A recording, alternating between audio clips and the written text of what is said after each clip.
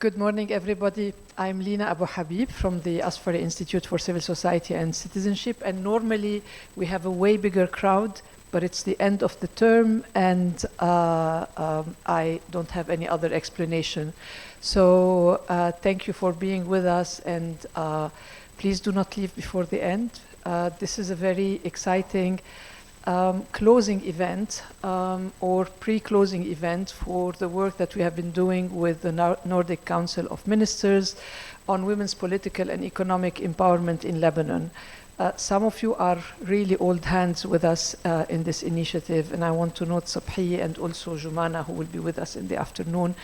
When we started this, and Christian has been with us since the start, we focused on the serious gaps in women's economic and political representation in Lebanon, which we know is one of the lowest in the region, and the region is one of the lowest in the world. The second year into the event, the war in Lebanon, into this program, the war in Lebanon had started and raised a number of new issues, but what it did also is amplify the crisis in the lower representation of women in political and economic life, but also brought about an additional issue. I would say two additional issues. One is the issue of climate crisis, which was juxtaposing on the other crisis, but also the crisis in a peace-building process that has never really started. So what we're hoping today is to draw the links. On the one hand, bringing in the dimension of climate crisis into political and economic representation and see how do they intersect and why they are linked together.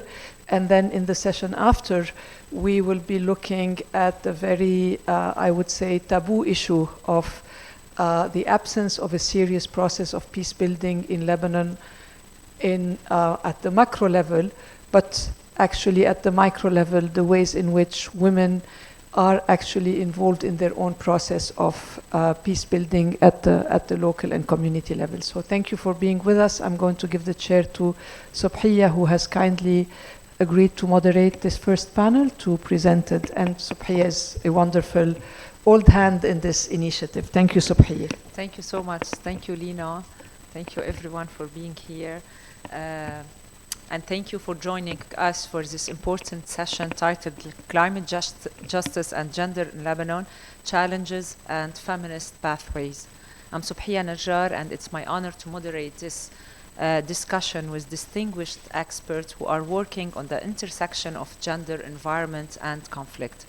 In Lebanon, climate change is often perceived as a distant, technical or future concern, when in reality is deeply human, immediate, and gendered. Let us consider, for example, women, tobacco farmers in South Lebanon. These women wake up before dawn to dry and sort tobacco leaves, a heritage passed down through generations. Today, however, they are facing hotter summers, unpredictable rainfall, soil degradation, and rising cost of water and fertilizers. According to UN Women and FAO, women constitute the majority of the agricultural labor force in tobacco fields. Yet, they own less than 9% of agricultural land in Lebanon. Agriculture once contributed nearly 8% of the national GDP, but it's now in significant decline due to conflict, economic collapse, land depletion, weak public policy, and climate stress. This story is not unique to the South. In the Bekaa Valley, from where I come, women-led cooperatives are experimenting with solar-powered irrigation, drought-resistant crops, and community-based water sharing as wells dry up. In North Lebanon, especially in areas affected by wildfires, local women and teachers have organized community fire watch networks and reforestation initiatives. And across urban areas, women environmental activists are leading recycling, composting, and zero waste models to compensate for gaps in waste governance. These realities show us that climate impacts are not gender neutral. women are faced triple-layered vulnerability. So I would like to start with Dr. Sarine Karajerjian, is Program Director of the Environmental Politics Program at the Arab Reform Initiative, ARI. Before joining ARI, she spent 15 years working in the Asfari Institute and International Affairs IFI at the American University in Beirut, where she supported research, outreach, and partnership, and she holds her BSc and MS from AUB, and she's now at her home. And she's currently pursuing a PhD on anthropology and at École des Hautes Études en Sciences Sociales in Paris, researching exile and trauma of Syrian refugee women in Beirut. Sarine's work explores how climate change, governance, conflict, and gender social justice intersect in Lebanon and the border Arab region. And I also would like to introduce Dr. Yasmine Fakhry. She's a multidisciplinary social health researcher whose work explores how conflict, climate change, and food and health systems shape the lives of marginalized communities in Lebanon. She's a senior research fellow at the Lebanese American University Institute for Migration Studies and the Institute for Social Justice and Conflict Resolution, with current research focused on agriculture displacement and women in South Lebanon. Dr. Fakhry is also a licensed dietitian, a university instructor, and an early career postdoctoral fellow at the Arab Council for the Social Sciences. Really, I have a long bio for all of you, but I tried to resume it as much as I can. Also, Dr. Maya Nehme is a director of the Lebanon Reforestation Initiative, LRI, a leading Lebanese NGO focused on restoring forests, watersheds, and building community-led environmental resilience. Dr. Nehme holds a diploma in agricultural engineering, a master's in plant protection from AUB, and a dual title PhD in entomology and comparative international education from the Pennsylvania State University. Under her leadership, the LRI has planted more than 1.6 billion native seedlings across Lebanon, covering over 4,000 hectares, with a survival rate exceeding 75%. She has also been an educator and advisor, and combines her role as a mother with her advocacy for forest, environment, and female empowerment.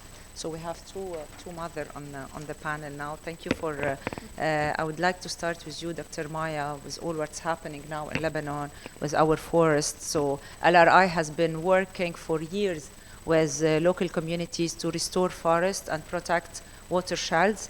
What changes are you seeing on the ground as climate change, especially in rural and mountains area? So if we could elaborate the recent forest fire in Lebanon, and we know the most affected people are women now. Exactly. Hello, everyone. Thank you for the organizers, and thank you for the introduction. By the way, she built it all together. So basically, we do have a lot more challenges. We've always had issues with our forest management and specifically with forest fires. But we are seeing a huge increase in the area burnt. We started with averages of around 1,400 hectares before 2019. And then since then, it's been just going up. And we are exceeding 7,000 and 8,000 hectares every year in the last couple of years, which is really, really scary. Our country is not that big to start with, and so 7,000 to 8,000 hectares is really huge. Unfortunately, a lot of those fires are due to neglect and mistakes. But what is burning is actually the livelihoods of a lot of people, because those forests are a source of livelihoods to a lot of the rural communities, specifically the women, because we see a lot of difference between the number of women and men who collect herbs, like zatar and sage and other herbs that are edible herbs from the forests. We have a lot of women also that are involved in carob picking and other activities within the forest as well. And they, in the rural areas, these women actually do this to really support their families, and a lot of them depend on this in their livelihoods. And so those fires that are happening and spreading, and just to ensure that we have a proper understanding of the link between climate change and forest fires, the fire does not start because of climate change in Lebanon. It starts because of human activity, and we have no fires caused by nature, so we don't have storms in the summer. But the fire has been spreading faster because of the high winds that we're not used to having before. And it's spreading more and burning more because of the drought that is increasing. So we're seeing 2 additional months of drought, and we're going to have more of that trend in the future. And so the biomass is drying up a lot, and so it's burning much faster. But what about women now? They have they want to take care of their houses, they want to take care of the forest, they want to take care of the agriculture. So how they are affected and how they can save their lives now as a woman, as a mom, as a worker, as a farmer? First, we do have the power of multitasking, which is a special thing for women. But there are definitely a lot more challenges. So especially women living in rural areas, we're facing the issues of fires. We're facing a lot of issues with decline of forests just because of the drought and the pests and diseases that are spreading. And even in agriculture, I was just in Akkar last month, and we have a project there working on under the EU-UNEP partnership on climate, peace, and security. And we were discussing with the local communities what are the challenges they're facing, and they mentioned that they used to have a festival for apples. This is how much apples they used to produce, and now they don't even have enough for their own households.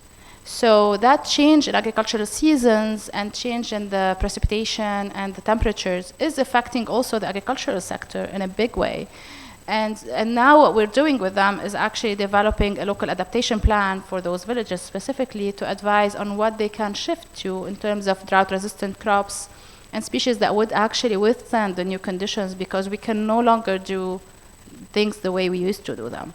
So women specifically are affected, by fires, by losing their source of livelihood. What we've been doing with them is actually planting agroforestry sites with them that are specifically for them to use. So we're planting herbs again, we're replanting the burnt areas, but with species that the women and the women groups in the towns will be able to use, and they're actually now using them in different places to substitute for what they lost in the forests.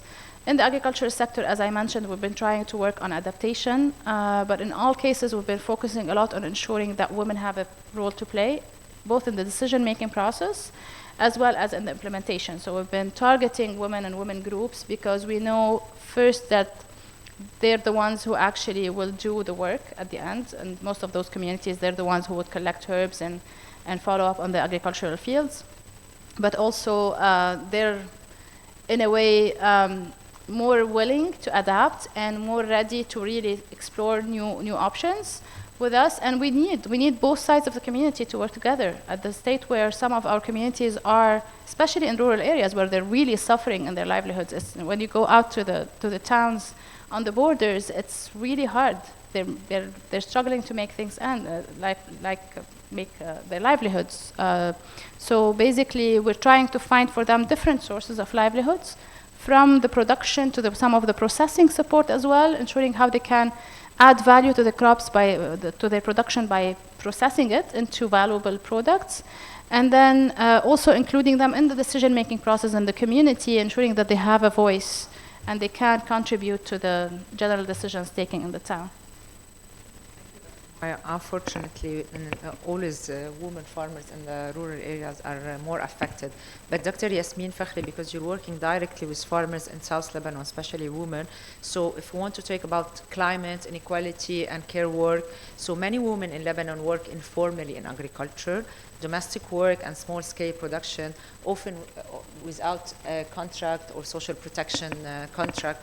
So how climate change, because Dr. Maya also, she talks about the livelihood, so how we can protect them, and how the climate also is escalating this, or the inequality is more and more prevalent in Lebanon. So, okay. Hello everyone, thank you Sobhiya for having me in this panel. So basically, as you mentioned and as Maya mentioned, like agricultural workers in terms of females are maybe at the biggest challenge in terms of climate change along with other vulnerabilities.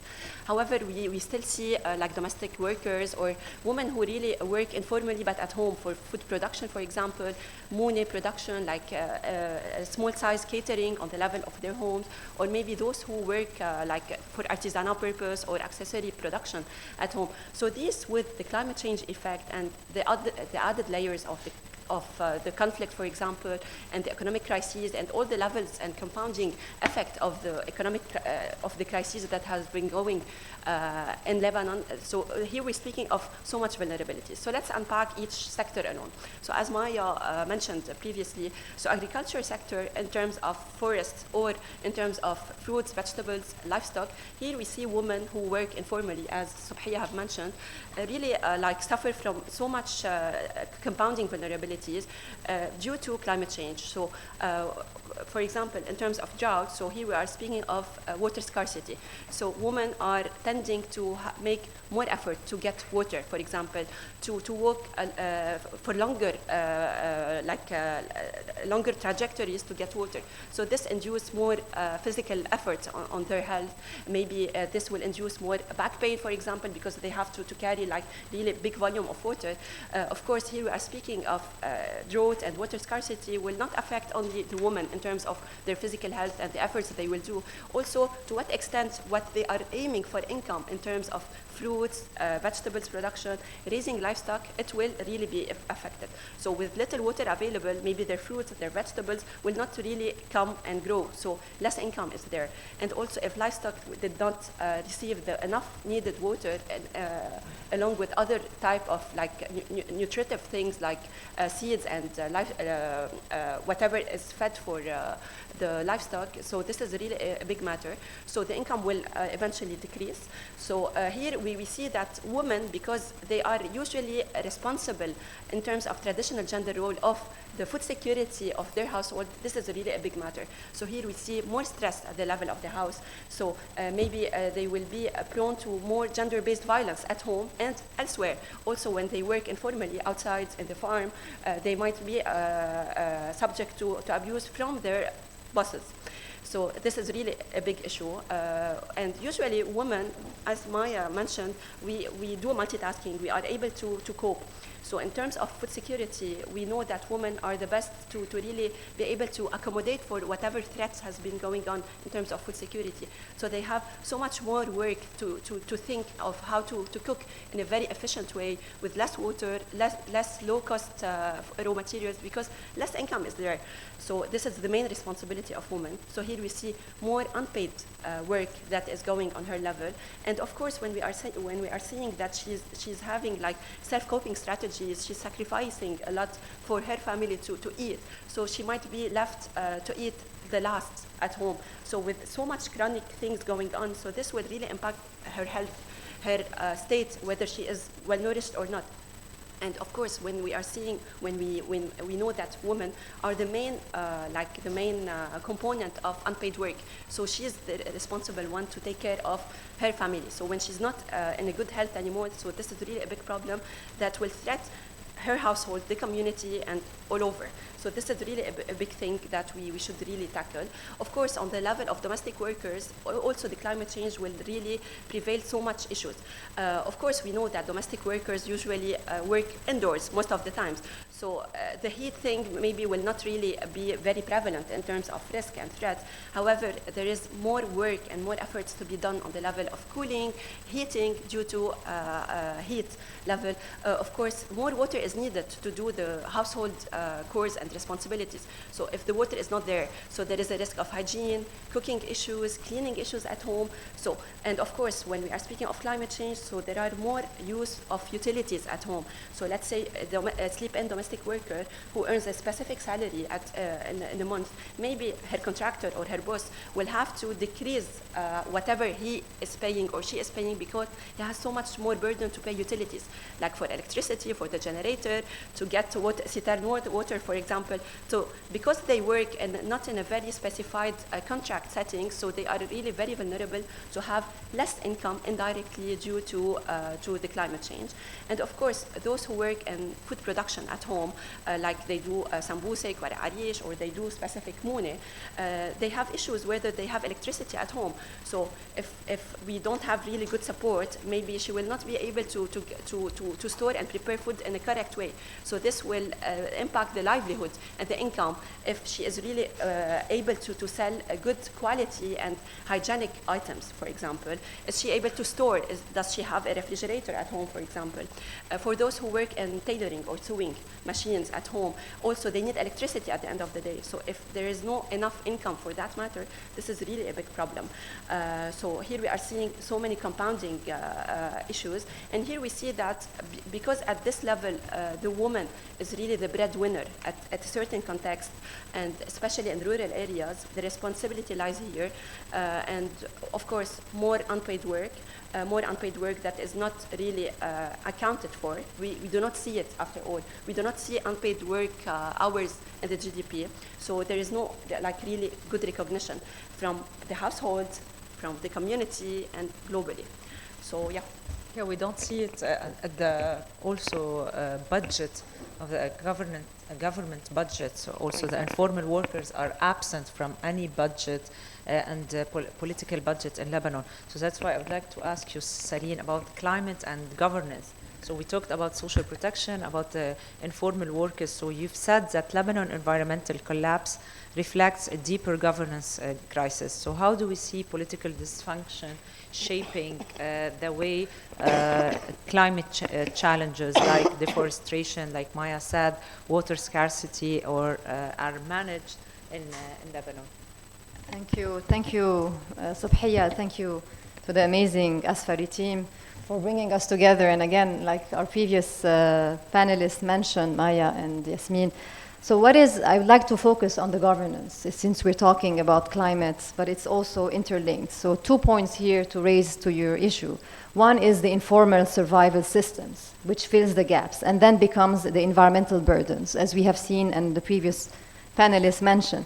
Lebanon's governance vacuum forces people to rely on informal systems to survive. But these same systems later create new environmental problems. We see this clearly in the last war, in Dahi, even in the south. The private diesel generator networks were the first to recover after the war, after the bombings, restoring electricity in a matter of days. Meanwhile, public infrastructure, grids, substations, sewage lines have taken months or even years to repair. Why so? And the same if we talk about water. Many towns, as we have seen, because the state cannot provide stable water. How many of us are actually using informal public citerns in our homes? So we rely on private water trucks or even unsafe wells. During these crises, these informal sources expand quickly, but they overpump groundwater, deplete aquifers, and in some areas cause saltwater intrusions. So the system that keeps people alive in the short term ends up damaging water resources in the longer term. So in brief, when the state fails, people improvise. These improvisations fill an urgent need, but later they damage the environment, especially in poor areas where people have no other choice. That is how governance becomes a climate failure. Second, fragmented governance leads to fragmented justice. Lebanon's climate and environmental response is crippled by the fact that many governance groups work in complete isolations. The MPs work on their own. Civil society, we work on our own. Municipalities, private sector, World Bank, external donors, and the many others. Each one, we have our own priorities, our own interests, our own power networks. Some of us are here in this room, but none of us coordinate. Well, we can't all blame the informal system. As a result, climate challenges like deforestation that Maya mentioned, water scarcity, waste mismanagement, or energy transition are handled through contradictory, disconnected interventions. Some actors rebuild infrastructure as was. We just recently published a paper by Soham Naimni as we cannot go back to building as was. We need to be more inclusive in our energy systems, inclusive of local communities and their voices that matter. So, and others promote ad hoc solar. You mentioned it previously even, Sobhiya. Or generator solutions, or other focus on short-term donor projects because it's opportunistic, the money is there. This fragmentation means that vulnerable communities are overlooked, receiving uneven services, uneven protection, and uneven recovery, and that is why governance failure translates directly into climate injustice. You want us to focus on the gender, or? Yes. Okay, yes. 70% of Lebanese are under the line of poverty. Most of them, the most affected, are women. Yes. And especially that we have also 70% of the Lebanese women and men are working informally. Yes, so yes. They paying per hour, per day. They don't have any social protection contract. Exactly. So Exactly. So going back to the gender component, and it's not disconnected or divorced from the climate. And Jumanah, here you mentioned we should talk about gender. We are here to talk about this, how it's inclusive and embedded and mainstream into our everyday policies. So looking at livelihoods, agriculture, food security, food sovereignty, and our use of Hiya, and both the three of you mentioned it, and also looking at vulnerable populations in the south, in the Bekaa, in Akkar, many of these rural women are engaged informally and formally in small-scale agriculture, seasonal labor, food processing, and domestic food provisioning. So when climate shocks, such as drought, as we are living now, heat waves, erratic rainfalls, as we had in the last in the weekend, these reduce agricultural yield or increase labor demands. Women's work becomes more burden and economic precarity rise. So a couple of points here to mention, specifically the south of Lebanon, the Bekaa, and even the north in Akkar areas. And I'd like to draw 4 points. We focus on the Bekaa. Why? Because this is the hub of agricultural context. And specifically, women are working in this context. And it's a major agricultural zone where women engage in harvesting, sorting, processes, informal labor. Climate variability affects these crop yields. And irrigation water, seasonal labor availability, all of this affects women's incomes and day-to-day workload shifts. Second is a host to the refugee community, and most largest refugee community works informally in the agriculture sector, and where they are, their bodies, their brains, their incomes is dominant and controlled by a shawish, which is usually a male patron who actually controls her whole lifestyle, hers and her family, at what time she has to work, what time she has to leave the work, and the wages are really low. So it's a sort of an abuse specifically for Syrian community. And in a country where we don't have social protection, this exacerbates the existing infrastructure. And third, the very poor infrastructural and fragile infrastructure where we are in our region, specifically the south, the Bekaa, that has been also going through wars and has been attacked. They experience service gaps, water, electricity. In the south of Lebanon, there's only EDL and the water establishments that have access. All other networks are working informally, not through any formal. Of course, the municipalities are doing a great job despite limited income. So again, another issue is food sovereignty and nutrition. We just passed a new law on food sovereignty and local seeds, and this is again affecting also the income of these local farmers, specifically women who will have to be dependent on international seeds, unaffordable seeds, where their land also will be used for commercial purposes and mostly by the private sector. But rural women are often the ones ensuring household food. So they faced increased risk of nutritional deficits for their families. And the largest of agro-ecological companies or corporation or community-led are actually led by women. And these co-ops focus on traditional food production, like Mouni and preserves. Yasmine, you mentioned it. That are some of the only true functional and sustainably organized cooperatives in the country. Their success stands in contrast to the broader cooperative landscape, which often suffers from bureaucratic inefficiencies and donor dependency. And last but not least, couple points, when we do our events, because you mentioned at the Arab Reform Initiative, we consult with different women, and we look at the end. that most of the women that we invite, it's like a ticking of the box. This is what they tell us. You know, we have been invited to this event. We're the last gender panel at the conference. We do it. Again, this is not a tick the box exercise by donor communities, by other communities, but it is also where we have our own voices to reflect.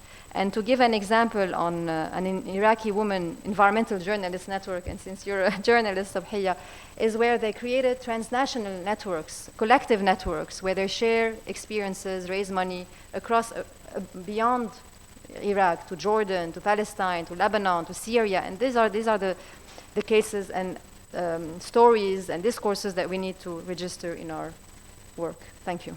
We need a lot to do, but you mentioned about the social protection. Actually, we have a very good strategy, the national strategy of social protection in Lebanon. But the problem, and the Ministry of also Social Affairs, they have launched like 3 weeks ago a new strategy for the ministry, but we don't have the budget. And as you said, we need to do like an umbrella for all the embassies, the donors, the MPs, the parliament, and also the government to work together to save this 70% of people who are living under the line of poverty. And by the way, you and Dr. Yasmine, you mentioned about the Mooney, like walking here at AUB, I just saw some students that are doing Janoub Day, Mooney Day, coming from Janoub, olive oil and Makdous and all of that. It was really, really nice. Going back from governance to the woman role in environment, how Larry, so because women often carry a big part of the environmental burden, collecting water, caring for land, and sustaining families. How Larry help women become leaders or decision makers in community-based reforestation and climate adaptation projects? I would like to also mention this about the water in Bekaa, specifically in West Bekaa. I filmed with a woman, she's a woman with disability. She walked on her wheelchair like half an hour to get water, not only drinking water from her friend, also just for cooking. And the smell of water, and you cannot imagine. I was there and I filmed her. I will send you the short film. It's beyond imagination, against all human rights in this country. And I sent this video and this paperwork to most of the MPs in this area, but still waiting.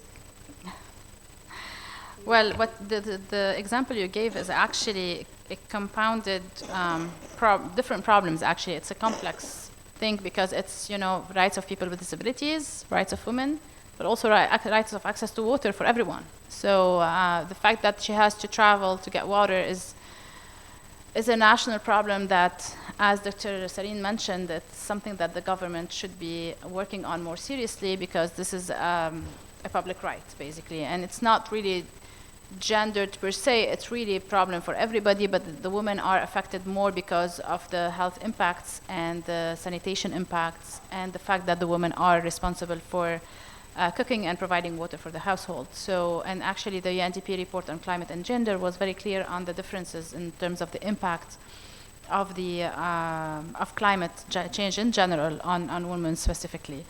What we've been trying to do at our scale and with the communities that we've been working with, we've been first starting with a proper gender sensitization discussion with the communities and understanding. And I'm proud to say that we were able in a, well, it's not a short time frame. Sometimes social change takes time, but in a 10-year time frame, we've seen a shift of conceptions or like perceptions in the communities. So when we started first with some of the communities, for example, in West Bekaa, there was a lot of challenges in getting women to go out to the sites with us, because our reforestation sites are usually on the top of the mountain, far from the houses.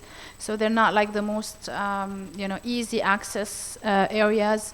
And so the fact that the woman should be there with when working was a no-no for a lot of the communities. And we see those communities specifically today having almost a half-half teams on the ground working with us. And for us, this is on one side an opportunity for work, because we pay fair wages, for everybody. It's an opportunity for women to actually have an equal wage, because another issue we're facing in the BK, and that was tackled by Sarine slightly, was that actually women are paid a lower wage than men. They're paid a low wage, but it's actually lower than men, which is the second level of the problem, although they're actually doing the same amount of work and sometimes even more.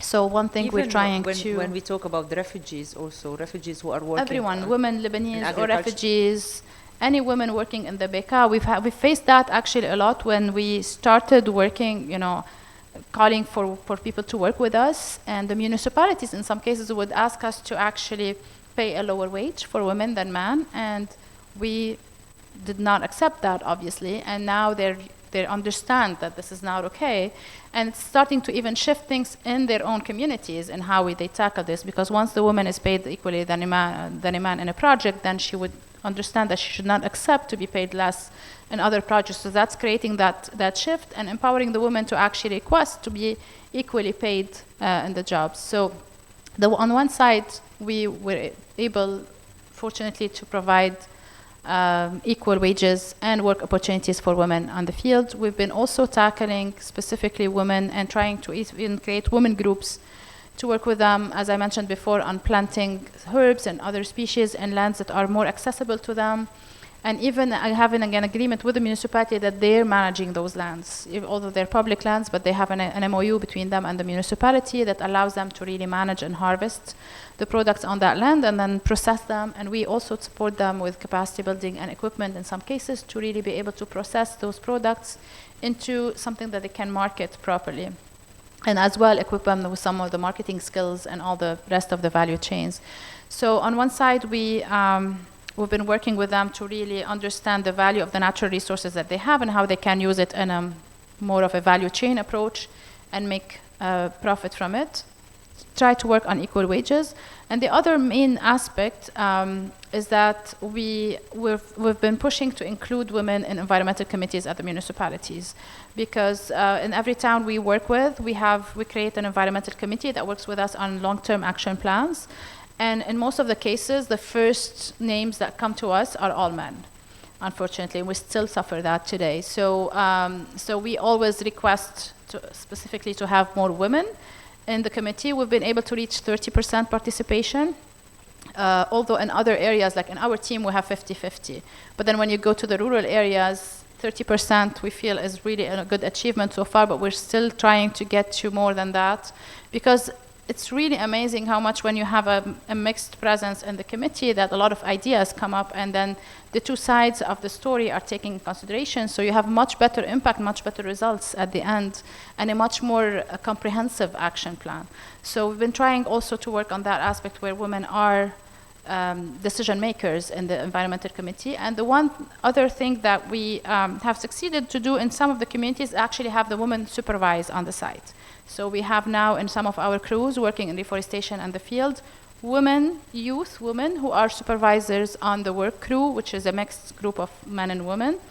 And it was definitely challenging at the beginning for men to really listen to them and follow their rules. But then with time, this is also becoming much, much better. So that's giving also the women the strength to actually do that and lead in other aspects of their lives as well.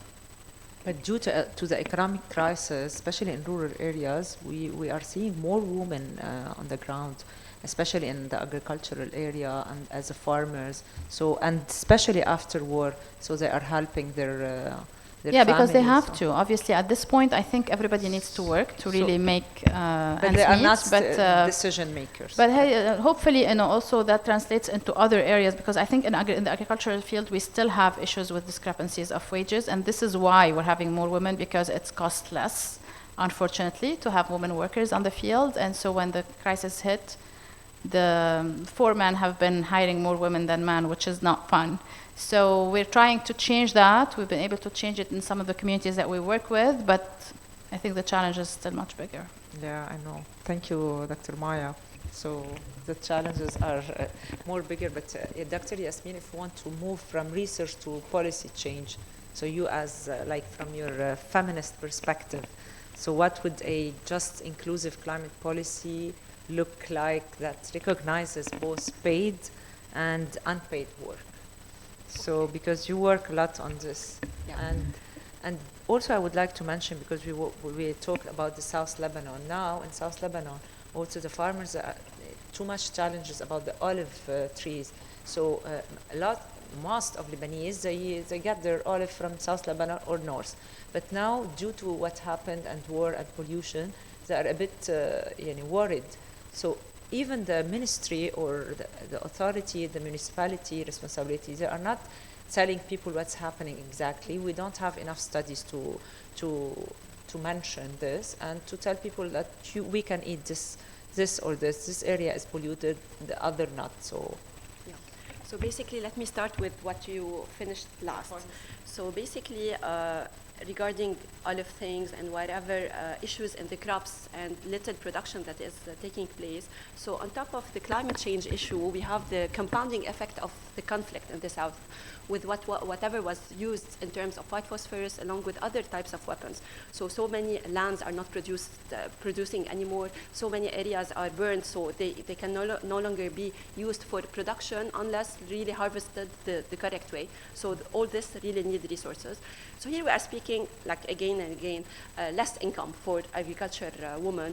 So with the climate change thing, we have, let me go back to the unpaid work. So more reliance on unpaid work to really take care of others in the family. So basically with the climate change, we have more threats into the health of the overall family. So we have more potential for the woman to take another role to take care of her sick children, for example, or sick husband, for example, or her parents. So when we are speaking of more unpaid work, so that means less time remaining for whatever potential for income producing work, and less time for like investing in education or maybe social engagement and taking like a lead in whatever is happening in terms of conversations in the society, and this will bring less bargaining power in terms of taking decisions or making good conversations either at home or in the community.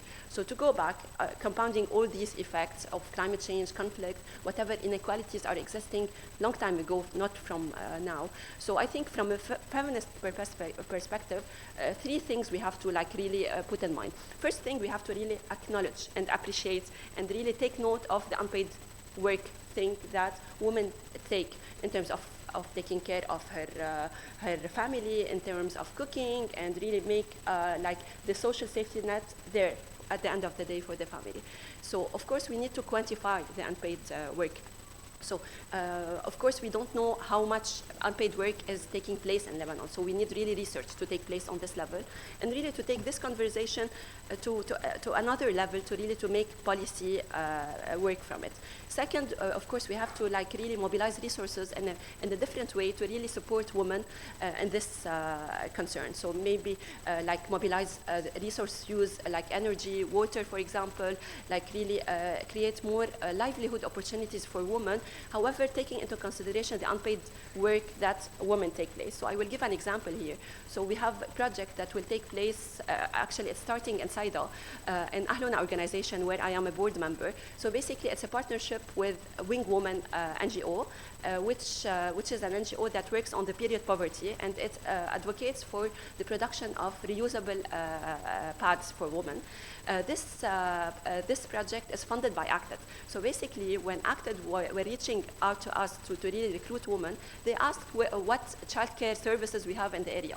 So they wanted to recruit women, but they know that those women have childcare responsibilities. So whoever will be accepted for this job for 8 months, they will be able to enroll their children in a nursery nearby to be able to really make a livelihood and really not to leave their children behind. So this is a very important thing to really mobilize the resources in an equal way. And of course, at the end of the day, we have to really reach out to a policy that is gender sensitive. So at the end of the day, we cannot have a policy that matches everyone. So it's not a one size fits everyone. So women should be acknowledged there and really taken into consideration in terms of policy recommendations and implementations. So that's it. Yes, absolutely. Sorry. say that have all the bad news about inequality. So she mentioned the paid and unpaid and inequality of payment for women, especially now in South Lebanon. But if we want to talk about the conflict and inequality, and I'm not talking about the conflict as war also, we have the economic violence against women now. So now we have a lot of ministries that are working, we are seeing them active, but how we can address to have this like to go step by step, at least to have policy and to let them engage in this law. So you mentioned the new law. We have a new law about women, about the seeds, about payment and inequality, but we're not seeing any tangible thing on the ground.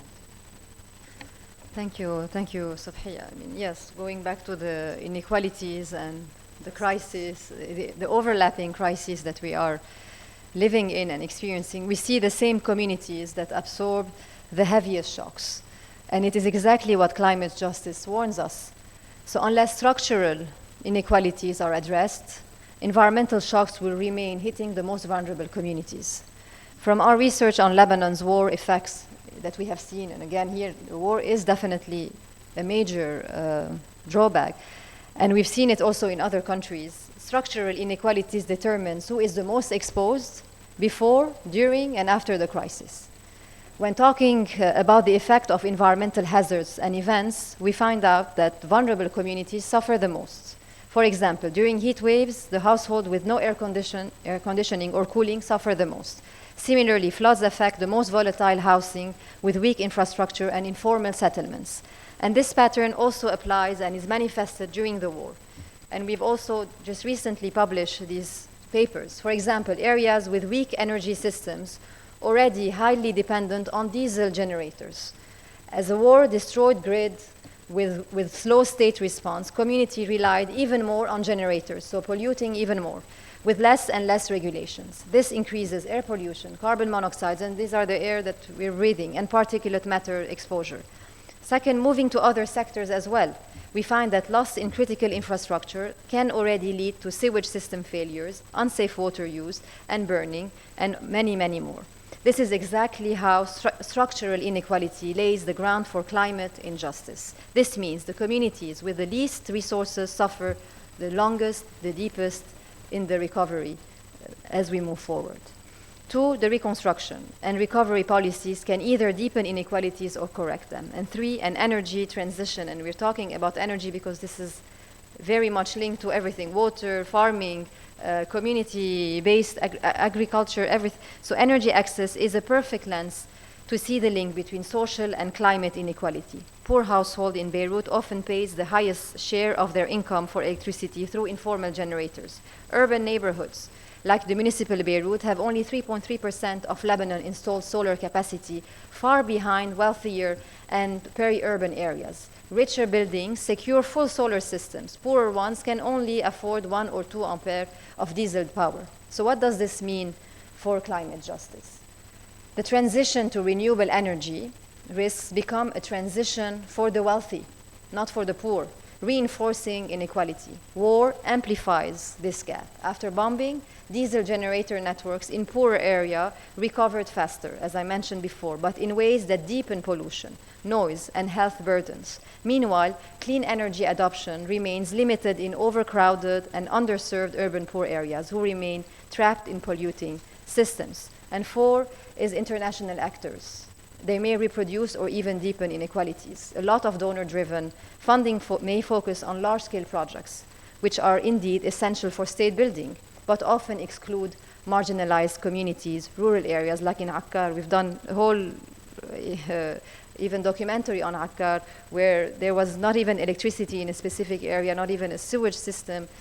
Next door, a full area of in a village, completely as if you're living in Beverly Hills. They had everything, a proper sewage system and an entrance. So again, you can see the inequalities, this continues on being reinforced, and hence reinforcing inequalities from communities.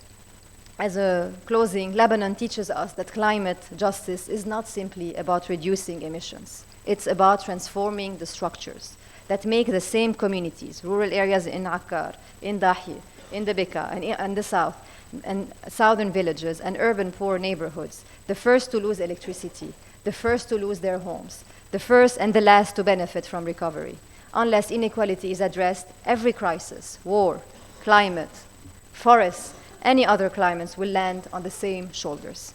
Thank you. Yeah, exactly, Sarine. But also with now with the إعادة الأعمار كمان, women are the most affected. So no one is taking care of the most vulnerable people, of the PWD, the people with disabilities, even though most of the NGOs and most of the human rights organizations that are asking, so do we have this criteria in the إعادة الأعمار? So no one is taking care. So let's do the reconstruction, let's get the budget, and we will think about it. So we have the same discussion.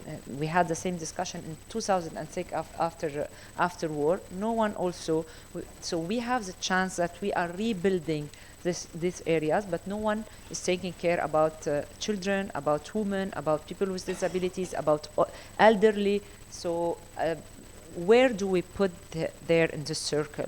So in which area, in which ministries? I don't know. So we are talking about the policymakers. Yeah, thank you, Sobhiya. Salimtik, Yasmine. No, I think it's definitely right. I think we go back to the same, again, the informalities that do exist. People want to go back to their homes, people are rebuilding as it is, but again, we are building, the strategy itself is still built as was. It is the same exact strategy that was in the 90s and 2006, as if we haven't learned from the past. Our recommendations and what we push for is definitely a more inclusive, a more locally driven, because at the end, and we've seen this in major cities that have been destroyed across centuries and across, it's the local communities who will tell you how to get the water, where to get the water from, what are the infrastructure that needs to be built. And it's not the World Bank or the IMF or the EBRDs and the wonderful projects that we see coming back, doing this. This is a project very transactional. This is the money, take it now. Our ministers and our governments will be very happy. We've secured our funds by May because they will be leaving. They will secure our funds. We're building this project. And then that's it. We dispatch, we divorce from our local communities without thinking. We have 11 dams in this city, in this country, 11 dams from the north to the south. How many of them are actually functioning? Let alone the Bisri Dam that didn't work. So again, it goes back to, we don't have a national strategy on it when it comes to the reconstruction. It is often disconnected from each other. We put the engineers in the room without having the social scientists in the room, or the anthropologists, or those who are the local communities who represent these voices. How many of the municipalities have been consulted in the reconstruction process? How many local communities have been asked to sit in a town hall where they say, we don't want another solar panel system that serves the wealthy? How many times have we had a minister or someone visit these local communities on the ground?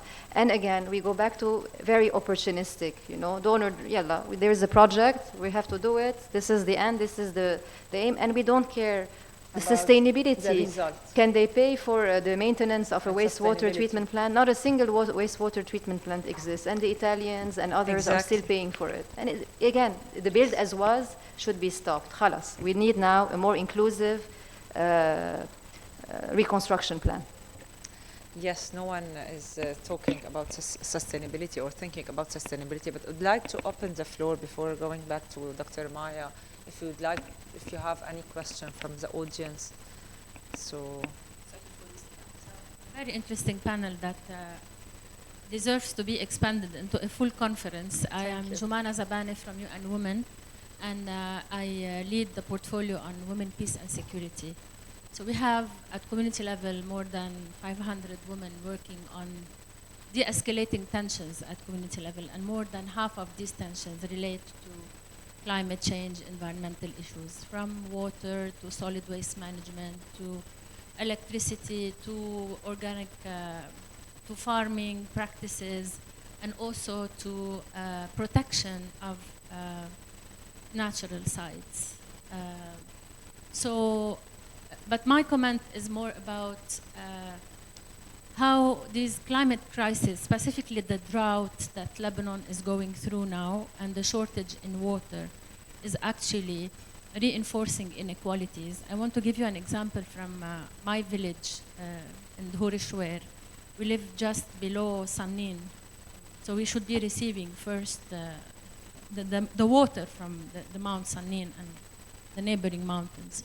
But there has been a huge crisis in providing water to the village. So what happened is that, given the demand in the summer, high demand, it has become like a betting business. So water providers, they receive all these calls, and then how do they prioritize where to go? They prioritize political people, affluent people in the village, yani members of parliament, ministers, ex-ministers, politicians, etc., and those that can pay more. So the tank was like $10. I would offer $20, they come to me. And then if my neighbor pays $30, I pay $40 to be prioritized because I can. So what happened to the other people in the community? That's the situation. And because I can pay and I'm paying more, then I've inflated all the prices. And who pays the price is the more vulnerable groups of people. And I'm not going to talk refugees and non-refugees now. I'm going to speak Lebanese only. So what you can see is that villas with gardens very well irrigated, and then next door the garden of a farmer that is dry because he couldn't provide for the water. And this has created more inequalities and bitterness in the community, but also the fight for natural resources. So that's just like a small example of how, without, as Sarine mentioned, a government plan to address these issues, people are left to improvise.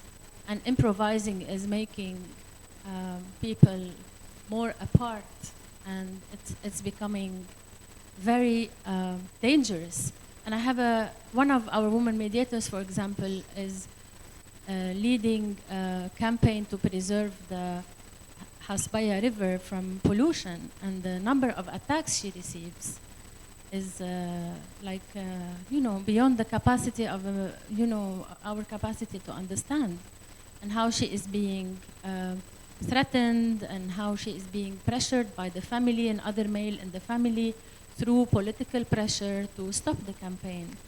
And we're talking a woman isolated in Hasbaya, very far away from the center. This is not Amshit and Haida Mgharet al-Fukme that is receiving all the media attention, but that's the reality of women fighters and defenders of environmental issues, climate issues, natural resources, and so on. I'll leave it here, but I have so many things to say. It's a very interesting panel. Thank you. Thank you. Yeah, you're totally right, Jumanah, and also because you mentioned the media has a major role now in the climate change and to talk about most vulnerable people in Lebanon, but unfortunately, due to the political agenda, due to the money of the media now, how it's working, so the one also in the media, if you pay, you get the chance to be covered. So also this is we are talking about inequality. But would you like to answer? I just want to add one small thing for everyone. Focusing on what you were just saying. So in Akkar, one of the exercises we did with the community, we sat with them for 2 days, just understanding what climate risks are affecting them and how they're affecting the communities in different ways and what are the sources of livelihoods. And then one question we asked them, what's your coping mechanism? Like, what are you doing now? And those are mostly agricultural communities. One of the towns had like more wealthier people who just go there for the summer and come back. So it was really interesting to see how the agricultural communities, their coping strategy is basically to try as hard as possible to plant drought-resistant species, and they don't really have a coping strategy, like a really solid one. But they're looking into agricultural options, reducing water usage, drought-resistant species, trying to truck water from other places, which is additional cost. And then when you talk to the town that had the wealthy communities, they're like, we move to somewhere else for this summer when it's dry. We just go somewhere else and then come back, or go for vacation, come back. Like, we don't really need to cope. And that difference is really important. It's only going to accentuate with climate change. Our reports show that we're going to have 54% less water availability in the summer and 10% less water availability across all the year long. And our drought seasons are going to extend by 2 months. So we just have to get used to this. But it is true that the agricultural communities and the poorer communities are the most affected because they don't have the financial means to find alternatives. And one thing we've been discussing on the global level is migration because of climate. There will be a lot of areas on the planet that won't be suitable for human life anymore because of the heat or the drought. And so people will need to migrate. So imagine the scenario of a family that has money, can just go rent a place anywhere else or buy a house in a different country, and a family that does not have the means to even pay for the transportation to go somewhere else. And so how those two communities are going to be affected. Look at a woman-led household, a widow with kids, and how she's going to cope with that. So that's a third layer of how hard it's going to be more and more moving forward if we don't really work on those inequalities and support the poorest in their livelihoods. So definitely the challenge is huge. Jumanah, I want to build on the example you gave in your town in Dhur Shwer. So basically, if we take the same example, but taking it to a more vulnerable area, like in the Bekaa or in the south, that have more compounding vulnerabilities, affected with the conflict more, with the different political players, like more difference in religion, sects for the players who really make the decision. So we can imagine to what extent like the vulnerability is there with the bargaining power that some political parties have, whereas other people who do not have any political following aspects do really suffer from.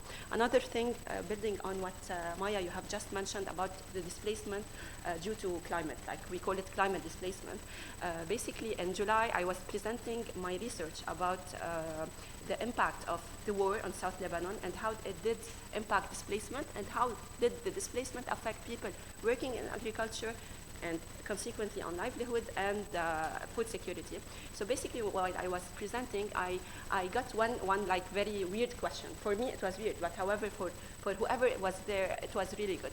So we were in Germany, in Bonn, under the Climate Network Mobilities. So they asked me about climate justice.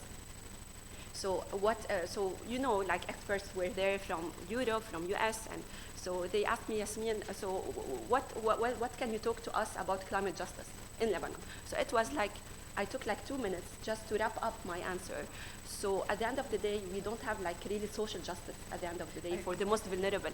So to what extent are we really having any responsibilities or commitments towards our climate and where we're gonna be living for the next years and our generations will be living? So too bad. To what extent we cannot do anything about the climate change here and our vulnerabilities.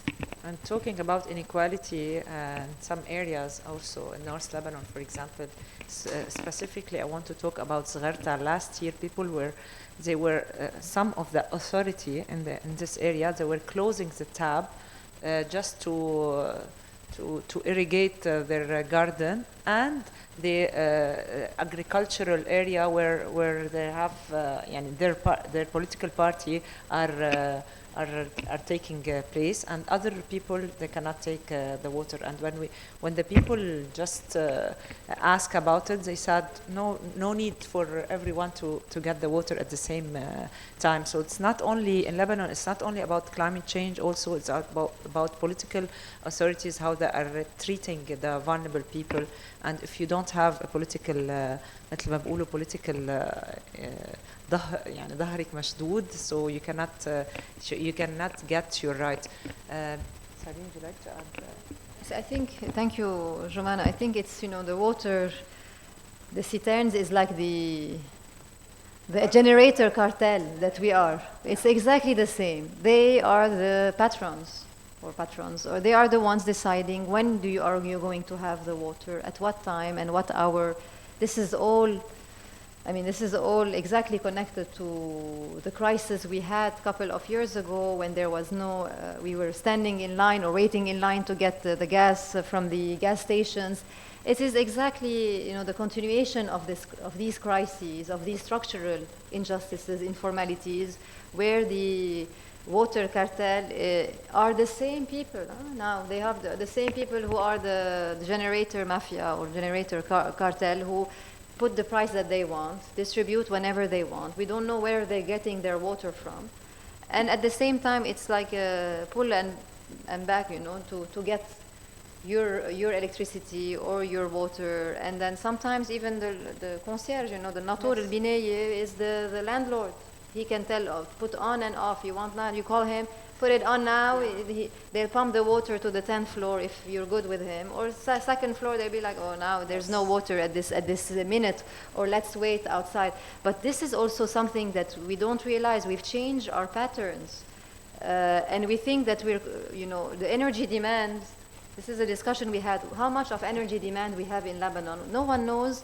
We say we don't have a lot of energy demand, not because we don't want to have electricity, but because we had to adapt ourselves to the solar, to 20% on solar, 20% on the generator, and a bit from the government, and we don't know. And we don't know anything about the quality of water we are getting. No, not alone. Yeah, the quality of the water, the quality of even the generators. The gas and the diesel that you're getting. So it goes back to accountability. No accountability measures.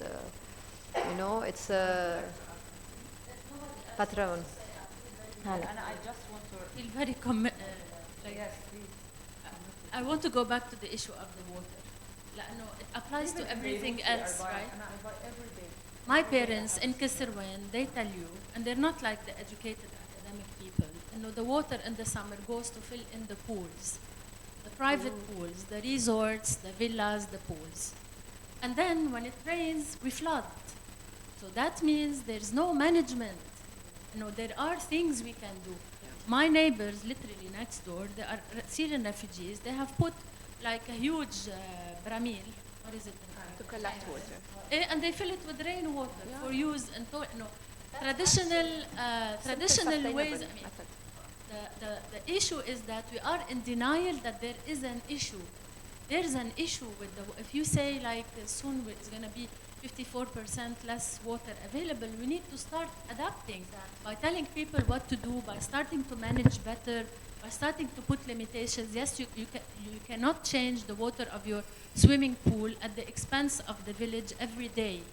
And then only 2 people swim in the swimming pool because it's at 2,000 meters high in Faqra.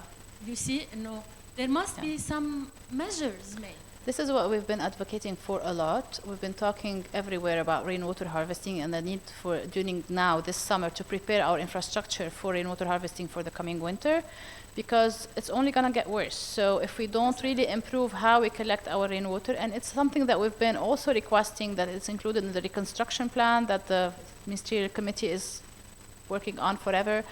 But the Minister of Energy and Water said he pushed for it to be there, but I don't know how much of that is going to actually be implemented on the ground. I doubt, honestly, unfortunately. But we have been working with farmers on reservoirs and hill lakes, and with the Green Plan a lot on really improving and pushing for more hill lakes. And the Newgate project includes a component on hill lakes specifically to collect rainwater. But there is a lot to be done on regulations, definitely, like how we manage the use of water, because that's a big problem that we have. Half an hour that has water consumption. Right.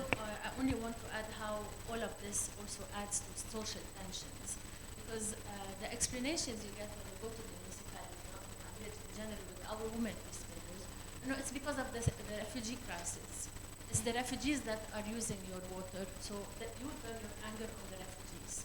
You contribute to tensions. Exactly. While it's like a scapegoating. The refugees are the problem. No, there is no plan. The refugees, yes, no they system. add to the services, infrastructure of the services, much less than what we say. So the end result is that instead of people demanding local authorities, national authorities to do a plan, they turn against the other. And then tensions happen, and hate speech happen, and all of it. Okay, can I add one small thing on this? Yes, and I mean, I think water has been a historical reason for conflict. And with the climate change now and the dry crisis, it's easily accentuated. So we have the transboundary issues over water challenges. We have the issues on Syrian refugees or other refugees using our water. Then you have the tensions between inequality of distribution of water and the, other neighborhoods using the water for the pool. That's also creating tensions inside the towns because people need the water, and that's because it's such an important element, it is a reason for tension. And then if we look at the whole cycle, that tension and the link of the water with agriculture and the economic prosperity and all of that is also creating more stress on the family level. That's causing actually an increase in GBV in some areas as well, because a lot of the gender-based violence is based on the fact that the economic, we've seen trends of connection between higher GBV rates with lower income and high poverty rates. And so the more we move toward that, the more we expect even more GBV and more conflict within communities and conflict with Syrian refugees and transboundary conflicts. So a lot of layers in the conflict process. Yes, we are all responsible as citizens, as government, as ministries, and especially now, as Jumanah mentioned, the municipalities, they have a big responsibility to follow, and maybe they should propose now with climate change like how pollueur payer, ملوث يدفع, also for the water, because we have a major crisis. Jumanah, Dr. Yasmine. So to wrap up about the water, so basically to bring it back to the discussion on agriculture, agriculture is mainly the main sector for water usage, and also it's the main sector to contribute into climate change. So basically if we shift the discussion into raising awareness, education on the level of agriculturers and all companies working in agriculture into the sustainable techniques in agriculture, better use of water, how to use less water in specific ways, maybe using mixed farming, in the same plot we can have many types of produce, maybe going to the more sustainable and technological ways of agriculture, like hydroponic techniques that use very minimal water at the end of the day. But all these really need investments, need really much of resources. So I think the investing partners, the funders really have to put this in mind when they really want to do an intervention on the level of climate change, livelihood opportunities, especially on the agriculture level, because these sustainable techniques really have high investments on the short level, but on the long run, it's really very sustainable. And at the end of the day, we need to bring the issue of sustainability in such a shifting narrative. Yes, of course, I totally agree, but I totally agree with you, Dr. Yasmine, but the techniques, we have the technique, but we don't have the budget. Exactly. So hydroponic is very important, but they need a space and they need the technique. No one is training, is taking care of the farmers. They don't have the new techniques, but they have the ability to start. They really want, they have this this passion about, but the Ministry of Agriculture, I think the budget of the ministry is 0.1%. So we need the donors. We need the donors. Yes, of course. The room. And the agriculture, I think, for me, the agriculture is very important as the tourism in Lebanon and as the banking system, who has collapsed now. I would like to. Would you like to ask? Do you have any question from the audience? Okay, I'd like to, Dr. Maya, start with you now on the recovery and the vision and the hope. So because we talked about conflict and environmental recovery, so has LRI, you have a lot of projects take place in regions that have also been affected, not also in Akkar, conflict or displacement. So how do you balance environmental restoration with the social and economic pressure? Well, one thing we learned over since 2010 to today through our work is that you cannot desegregate social from environment.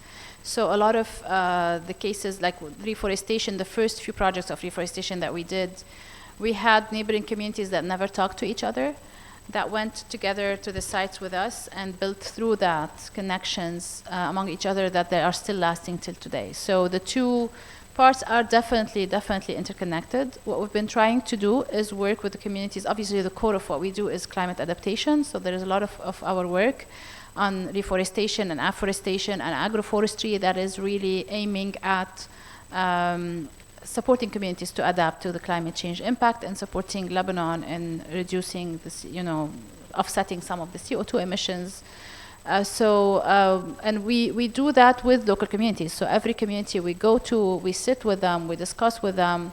Again, we do the gender part as well, very strongly to ensure that there is women participation on the table, and then we implement with them on the ground so they understand the value of what they're doing and they understand the impact of the activities they're doing on their communities, on their livelihoods, and on the future of their towns. And so I think there is a lot of really beautiful success stories on the ground, one side on the women engagement and the women participation in the field, but also with the forests that are now growing and a lot of the herbs and other products that are starting to support local communities with that. And then we have an infusion tea called Huda on the market now that's produced by a group of local women in Baalbek area that worked with us on planting that land and then collecting and then harvesting, and now they're selling in the market.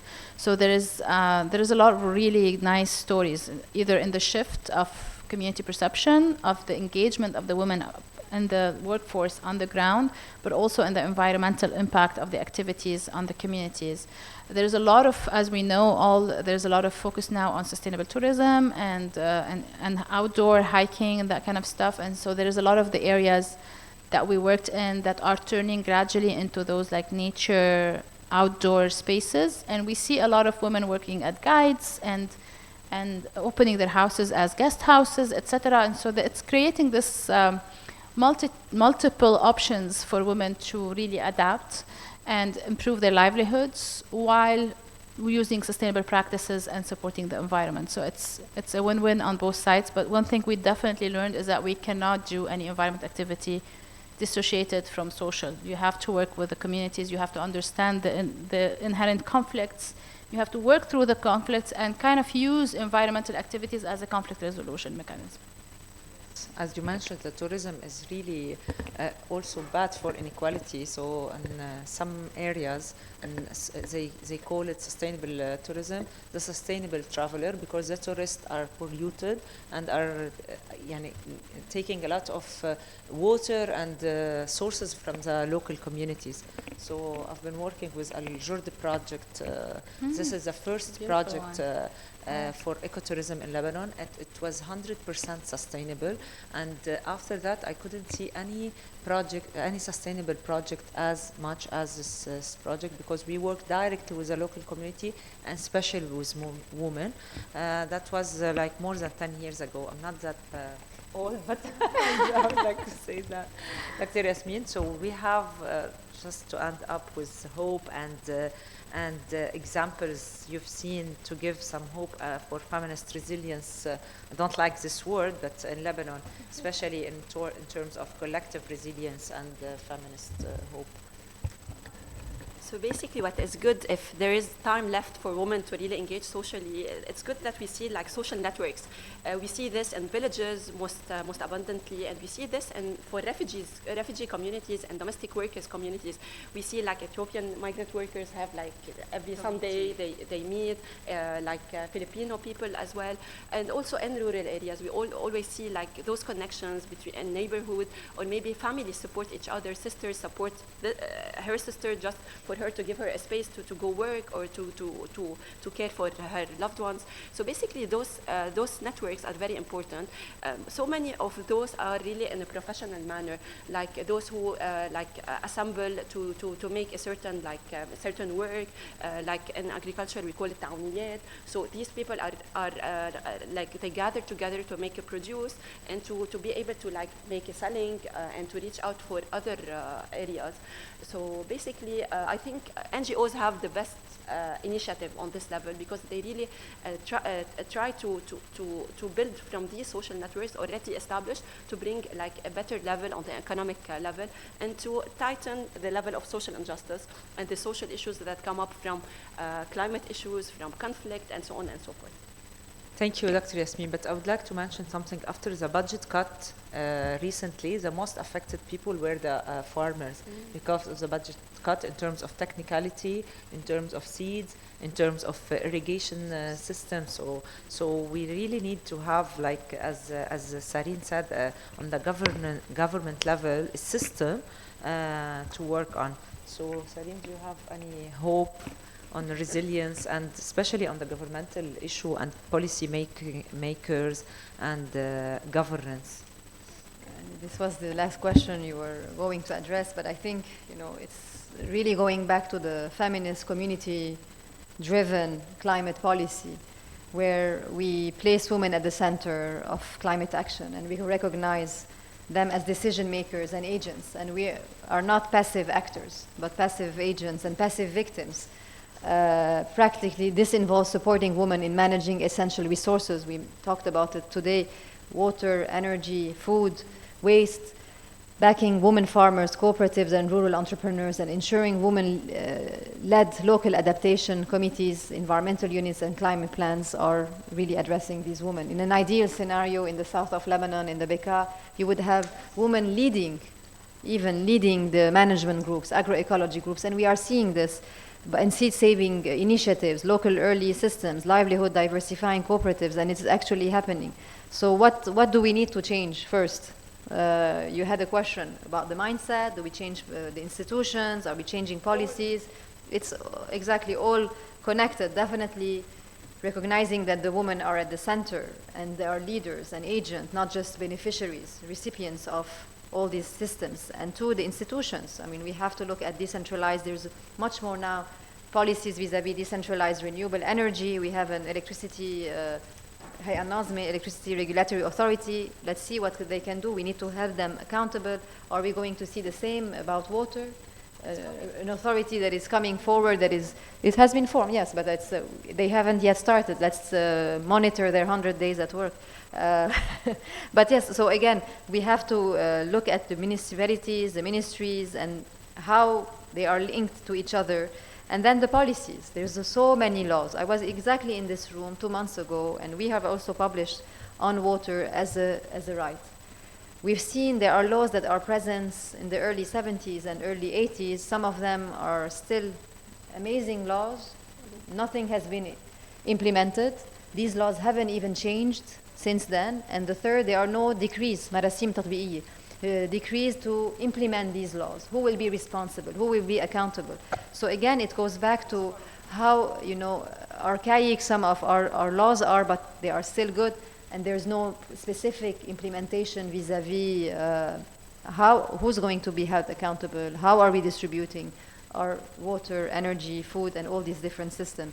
So we are seeing much more. Now there's the COP in Belém. We are one of the only countries that have in our national determined commitments a gender-based policy that has been presented, not because the government is amazing, but because we have people at the UNDP pushing from the within of these laws being put in place and being implemented. So again, what can we do? How do we change these mindsets? Is to strengthen the existing institutions, have more inclusive policies, and this can only be achieved with climate resilience policies that benefits all and is more inclusive towards all the different communities, specifically the vulnerable communities. We don't have a strong social protection even system. You've seen it during the COVID times, you've seen it during wars. It's very much informal. How do you get even into a hospital? I mean, if you don't have a health insurance, I'm sitting at a UB now, but if you don't have any health insurance, you might die on the street, and you won't be admitted into a private hospital. Even the public hospitals that do exist, there's a lot of wait. They might not have the right expertise or the staff to even support you. So we go back to, we don't have the social protection systems. If these women are vulnerable and they're working in a specific case, if they're going home for a day or two as a sick leave, they will not get paid. And their kids are going to get starving at home, or, you know, so they have to go back to their office, they have to go back to the field. So there again, we go back to the social protection system. We go back to the infrastructure, the injustices that are so embedded in our policies. This is what exactly we've seen it for the last 20 years. And every war, every crisis, we are seeing this. And even if you want to get to the hospital, if you know someone You would get a phone call, and then somebody can get you inside a hospital, or someone will go, you can go to the primary healthcare center. This is a good way.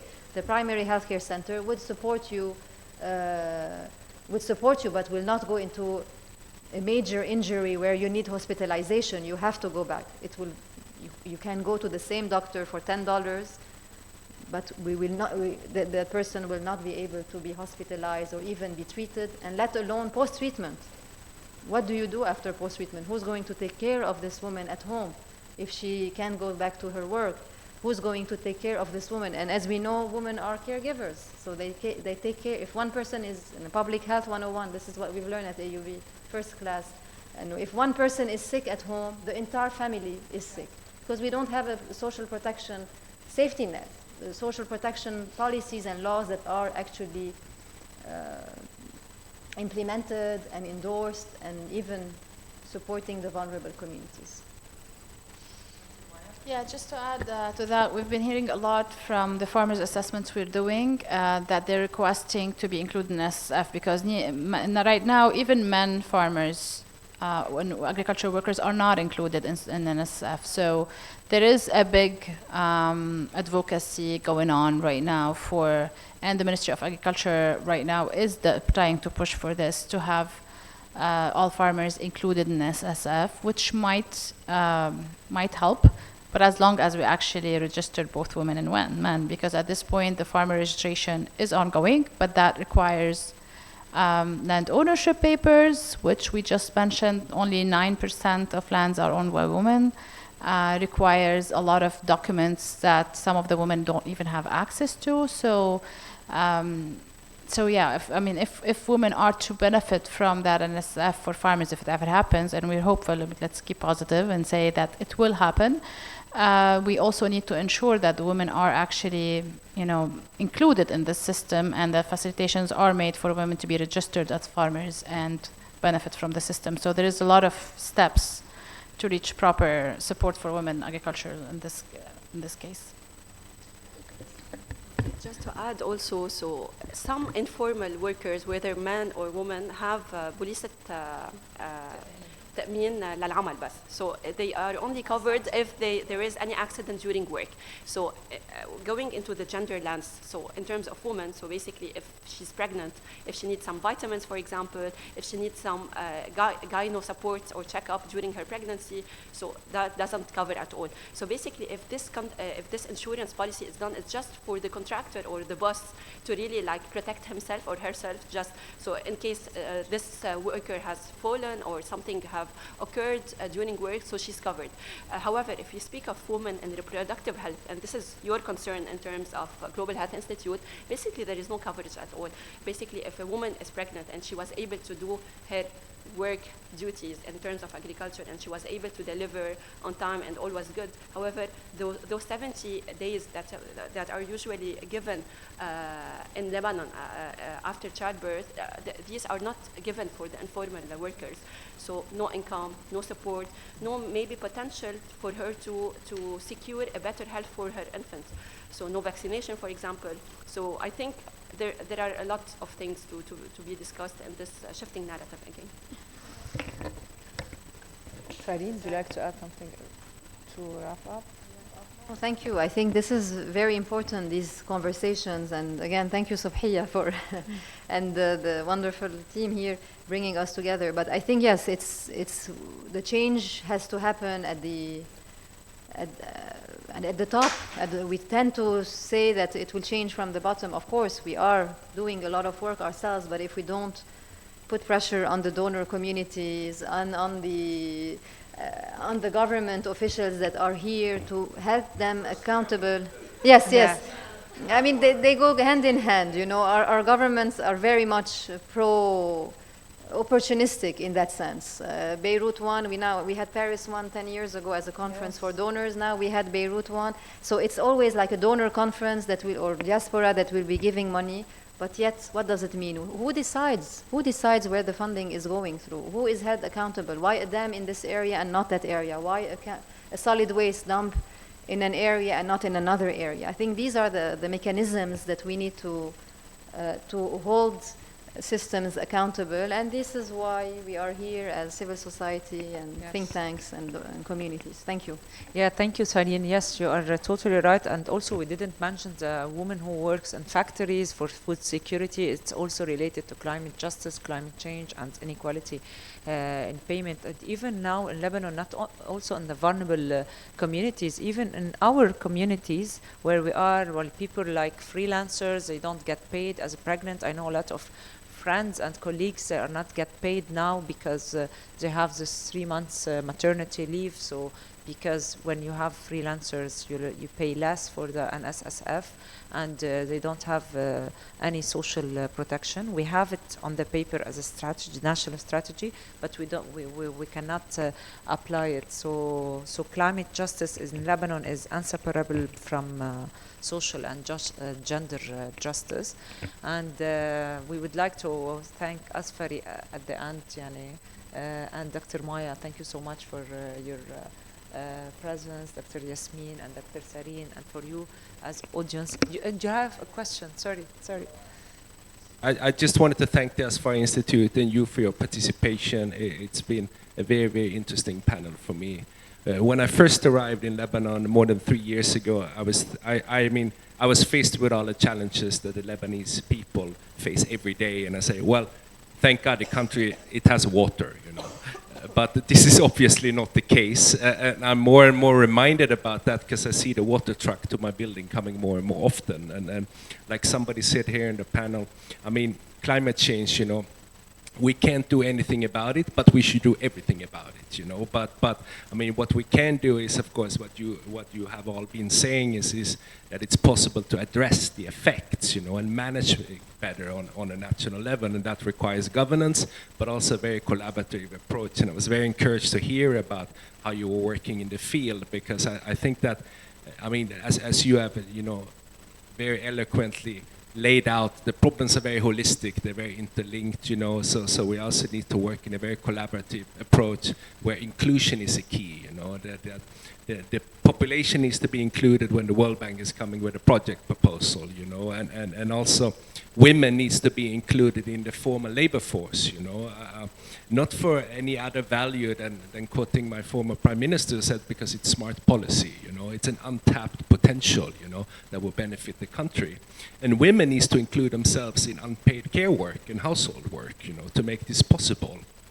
So I think it's very inspiring to hear, and everybody's perspective that they bring to the table is very valuable, whether it's the local population to the World Bank or the women who is actually working and doing a lot of the agricultural work. So I thought it was very interesting. I just want to thank you for it. Thank you so much. Thank you, everyone. Thank you for this distinguished panel, and thank you again, Asfari Institute. Thank you, Tala, for organizing all this. Thank you, Sarah, and also all of you and Lina. So, yalla, I would like to invite you to have lunch break, and we have another panel after that with Jumanah and also distinguished lady. Thank you so much. أول شيء برجع بقول إجمالاً النشاطات تبعنا بهالبرنامج بتكون جداً عجقة. فاليوم مع اعتذاراتي هي يمكن التوقيت، يمكن لأنه كل 2-3 عم نعمل شيء فالناس تعبوا منا، فبعتذر منكم. بس بنفس الوقت نحن مسجلين هالحلقة ورح تضل موجودة، ورح نطلع عنا كمان منشورات معينة كمان بسبب أهميتها. أوكي، رح نبلش بس بكلمة صغيرة تقطيرية وافتتاحية من الصديقة آن ميسكانن، يلي هي سفيرة فنلندا بلبنان، ويلي هي وزميلتنا كاميلا هن الأشخاص اللي عم نشتغل معهم مباشرة بهذا البرنامج. وأنا بعرف إنه هذا البرنامج عزيز على قلبها كتير لكاميلا، لأني وبعرف كاميلا كمان. أني بتبدي معنا. Thank you so much, Lina, and dear colleagues and friends. It's such a pleasure to be here today and to open this discussion on a topic that is so close to my feminist heart. Throughout my career, I have seen again and again how the presence, or actually the absence of women changes the course of peace efforts and decision-making. We all know that when women are on the table, discussions shift, priorities broaden, and solutions become much more sustainable. This is why women's political participation and leadership in peace building are not optional, they are essential. Advancing gender equality and women's rights has been the center of all my professional life. And I'm proud to be part of the Nordic community that has consistently placed equality, inclusion, and human rights at the heart of our foreign and development policies. These values are not just political choices, they are really part of our identity. The Nordic countries, Denmark, Finland, Norway, and Sweden, share a long-standing commitment to gender equality and the Women, Peace and Security agenda.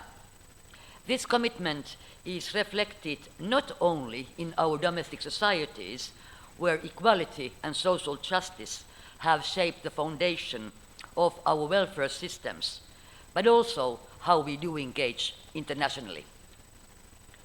Our collaboration here in Lebanon under the Nordic Council of Ministers initiative reflects this shared vision.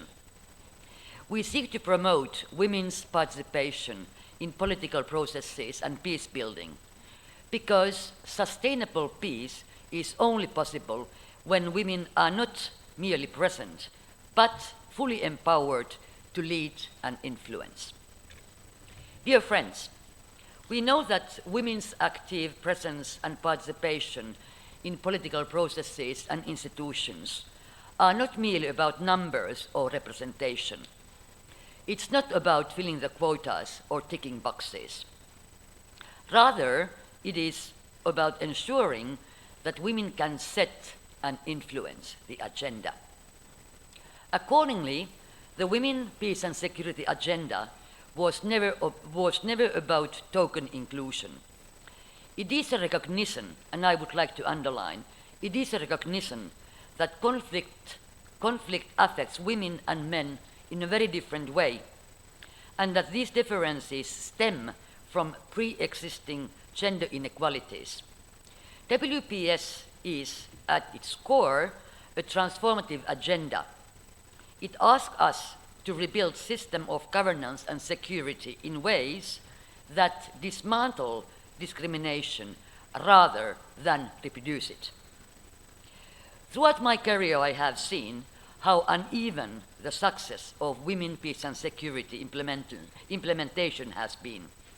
Before coming to Lebanon, I worked in Kosovo and Afghanistan, two vastly different contexts that offered important lessons. In Kosovo, our work focused on combating gender-based violence in tight collaboration with UN and ULEX, European Union Rule of Law Mission in Kosovo. Finland sent experts and female police officers specializing in sexual violence to support training local officers. In parallel, us at the embassy funded project for women's economic empowerment to increase the economic independence of survivors. The combined efforts from the international community and Kosovo authorities contributed to significant progress in supporting victims of conflict-related sexual violence. The culmination point came in 2018 when, after nearly two decades, survivors of conflict-related sexual violence were finally granted the right to apply for compensation. In Afghanistan, Finland was involved in anchoring the first 1325 National Action Plan to the society, working closely together with European Police Mission in Afghanistan and Operation Resolute Support. Also there, we were carrying various activities like training female officers and building gender-sensitive accommodation, as well as sanitary facilities for women working in security forces. Recruiting women was a huge challenge, not to mention setting standards for gender equality. Looking back, several things went wrong in Afghanistan. Firstly, donor-driven priorities often did not align with local realities. The context of the country was much more complex than, for example, in Kosovo. Unfortunately also, understanding from the donor side was not sufficient enough. Trying to transfer a foreign model of women's representation into a drastically different society is simply unrealistic. Another pitfall was too that too much emphasis was placed on quantitative indicators, on how many people were trained or how many girls had access to education, rather than long-term impact of the project. Thirdly, the women involved in the efforts were all part of the elite. Women living in rural areas were simply not able or could not afford to access these initiatives. But we have to ask, what then made the success in Kosovo possible? Most importantly, there was an extremely strong political will to improve the status of women. Decision makers and authorities were heavily engaged in the process, and there was also local ownership. Secondly, the country's small size allowed for direct engagement with communities. It was possible to engage and to go to the level of local people and ensure their meaningful participation. Dear colleagues, since arriving in Lebanon, I have been deeply impressed by the energy, courage, and expertise of Lebanese women and feminist organizations. Together with our Nordic partners, we have worked with institutions such as the famous Asfari Institute, UN Women, the National Commission for Lebanese Women, and numerous local NGOs. Lebanon's political landscape remains complex, but from my point of view, there are reasons for hope. After years of political stagnation, there can be seen more progress. The second National Action Plan for Women, Peace and Security is finally being developed. Despite the delays in the process, this is a key opportunity to renew commitments, to increase women's participation, and also to learn from the shortcoming of the first NAP.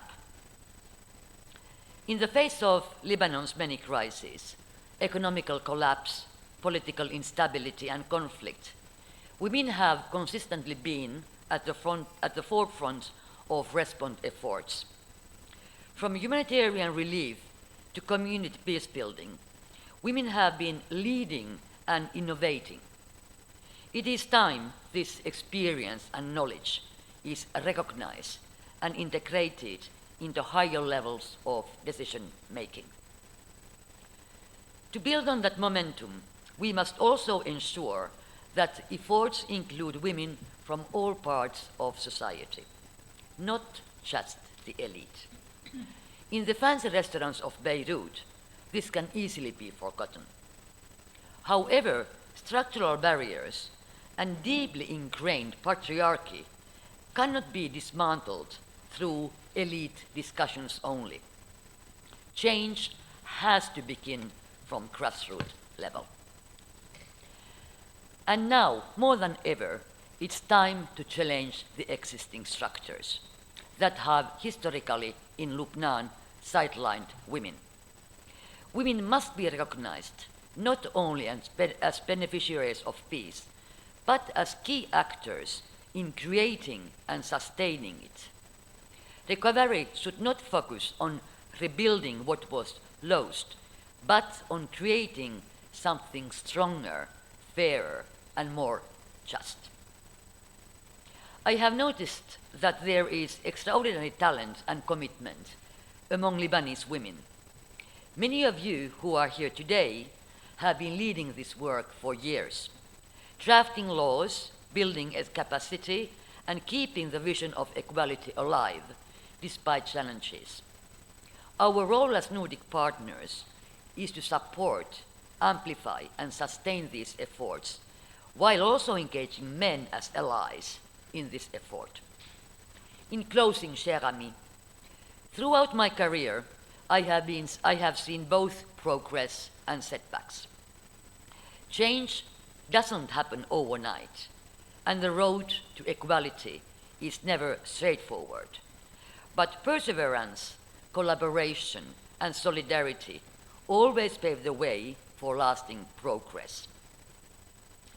Let us continue, dear friends, to work together, Nordic partners, Lebanese institutions, and civil society, to ensure that women are not only part of conversation, but that they are in the heart of decision-making and peace-building in Lebanon and beyond. Thank you so much. شكراً كتير.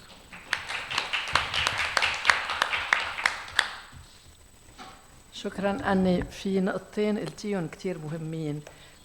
أول وحدة إنه الاعتماد على المؤشرات الكمية اللي هلأ بشوفوا بس ينحكى عن سوريا، بشوفوا بس ينحكى عن بلدان تانية فيها مراحل بناء السلام، بينما ما بنطلع كتير إذا صار وكيف عم بتصير نتائج تغييرية على المدى الطويل.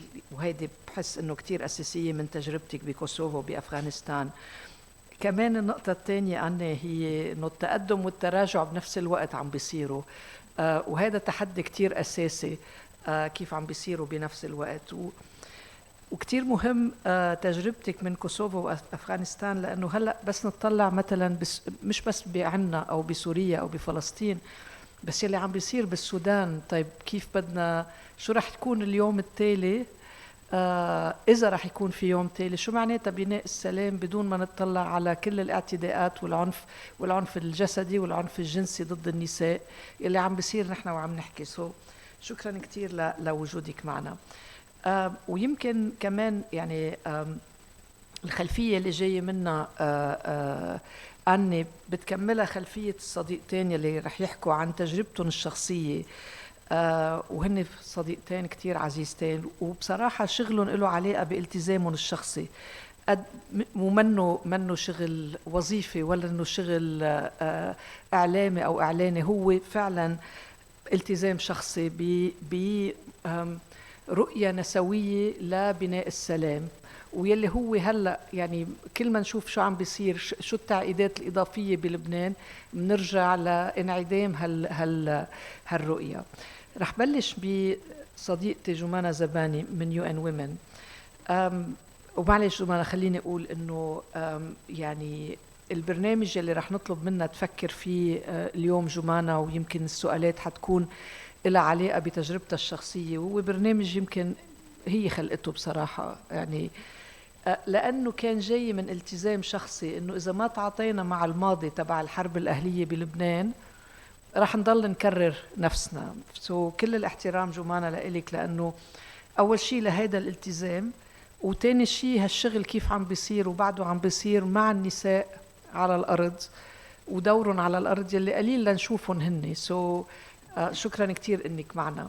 وانطلاقا من هذا البرنامج، أول سؤال لإلك قبل ما أرجع للتعريف على وداد، والسؤال لإلها يلي شفتيه من خلال شبكة النساء صانعات السلام يلي أنت اشتغلتي فيها وكبرتي الشبكة واشتغلتي بكل لبنان مع كل المشاكل بكل لبنان.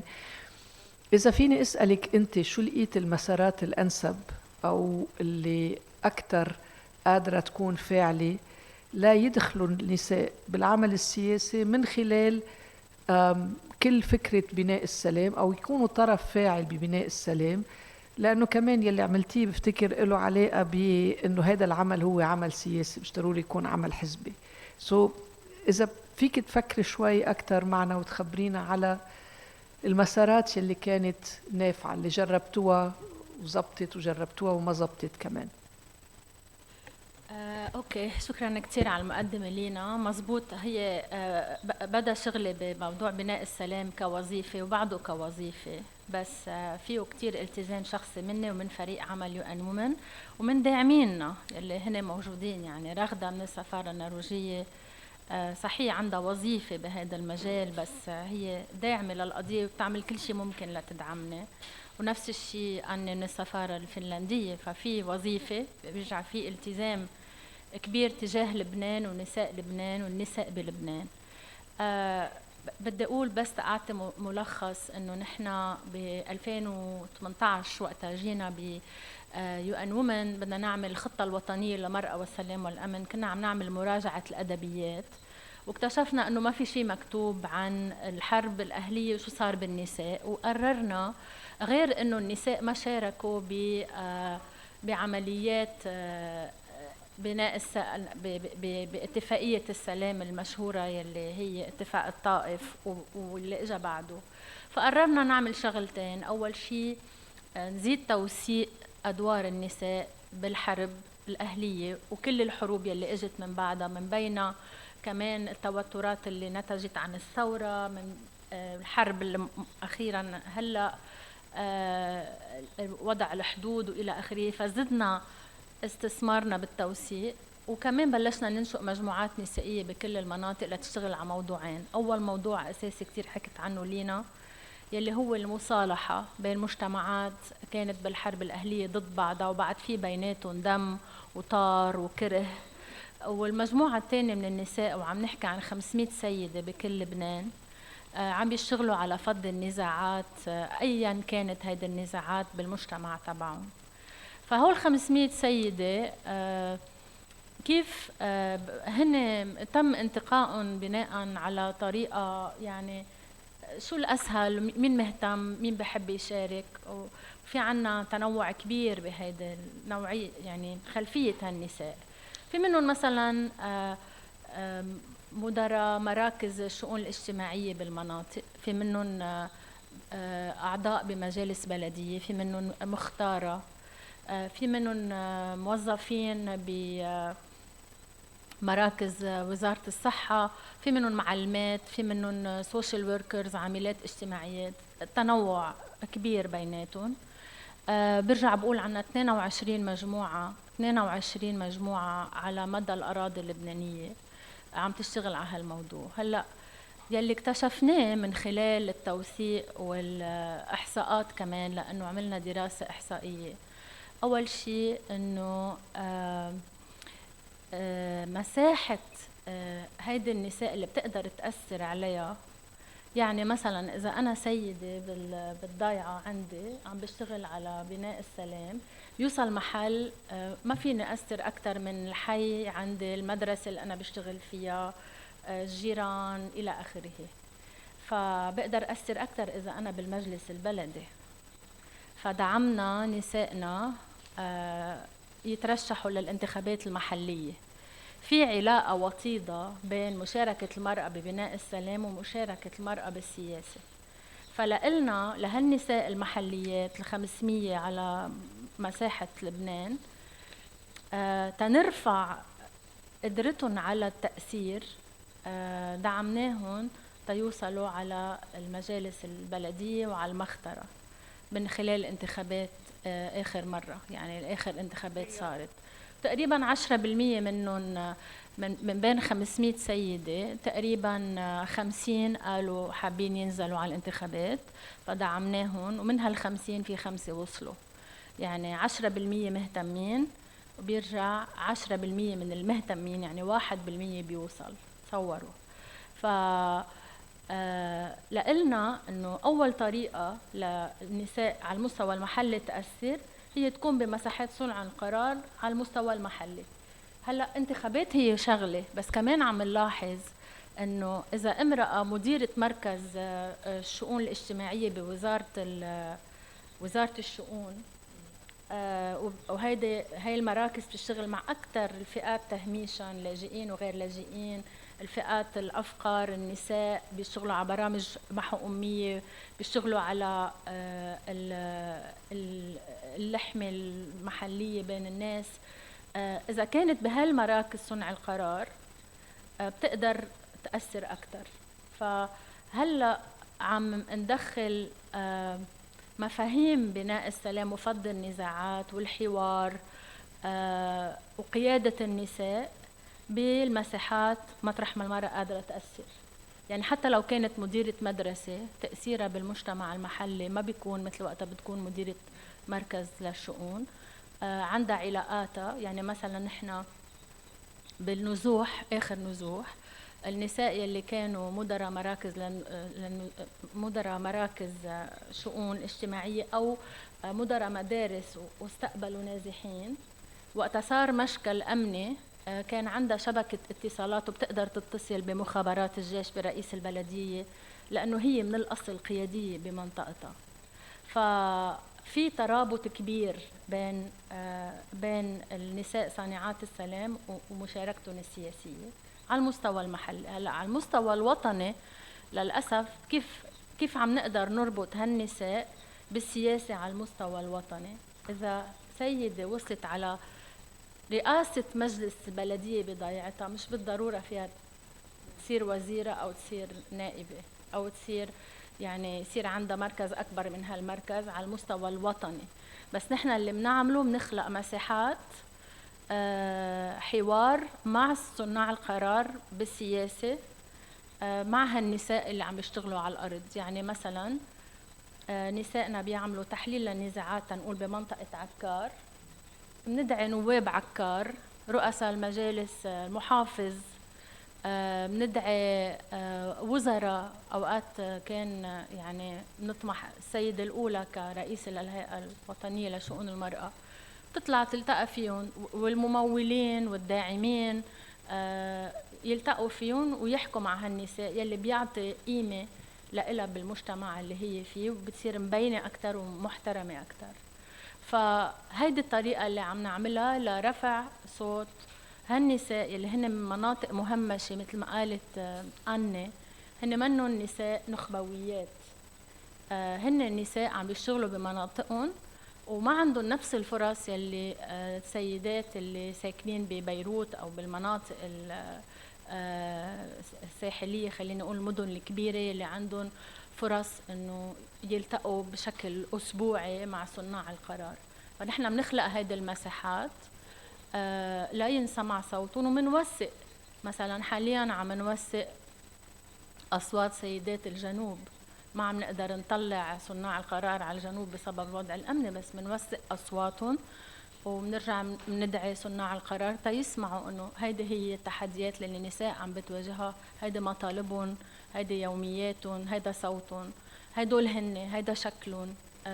فبهيدي الطريقة بنعمل ربط مع السياسة على المستوى الوطني وعلى المستوى العالمي. يعني كمان عنا فرص كيو ان وومن نفرجي شغل تنوع نساء لبنان بمحافل عالمية، يعني بمعارض عالمية، بمؤتمرات عالمية وإقليمية،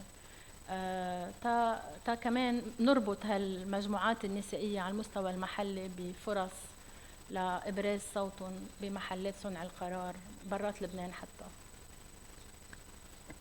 شكرا جمانة. واللي قلتيه بيربط دغري باللي بدي أسأله لوداد. بس بالأول بدي أعرف على وداد.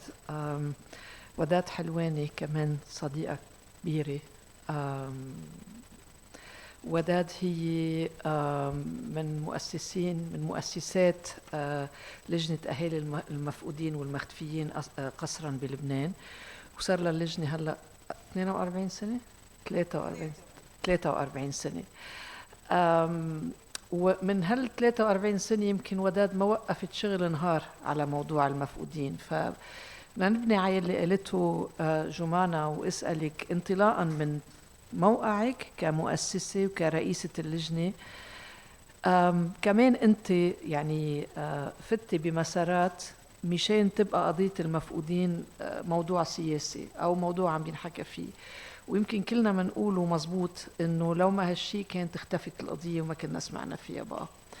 فكمان من تجربتك من موقعك اذا بدك، فيك تحكي شوي على هالمسارات، ليش كيف توصلنا هلا انه بعد الموضوع قضية وبعده قضية أولوية وبعدهم مضطرين مين ما كانوا بالحكم انه على القليلة يقولوا شيء عن هالموضوع.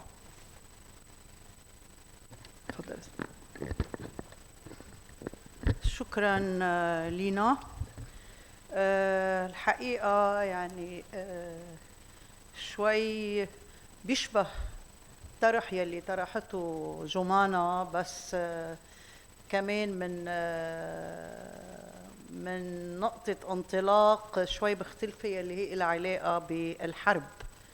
الحرب اللي صارت بلبنان على مدار 15 سنة يلي هيك متعارف عليها حرب أهلية، بس فعلياً هي حرب صار في بقلبها عدة حروب. بلشت أهلية بس بعدين أخذت أكثر، مشان هيك نحن بنقول الحرب اللبنانية، ما بسميها أهلية.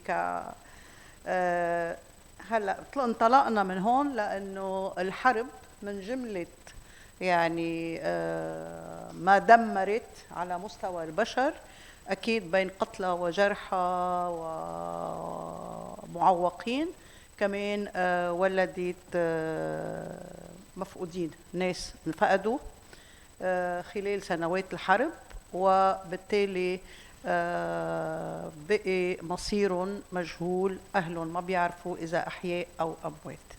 طبعاً ودون التقليل من خسائر البشرية اللي عديتهم، ولكن يبقى ملف المفقودين أو المفقودين بحد ذاتهم يمكن هو من أقصى وأصعب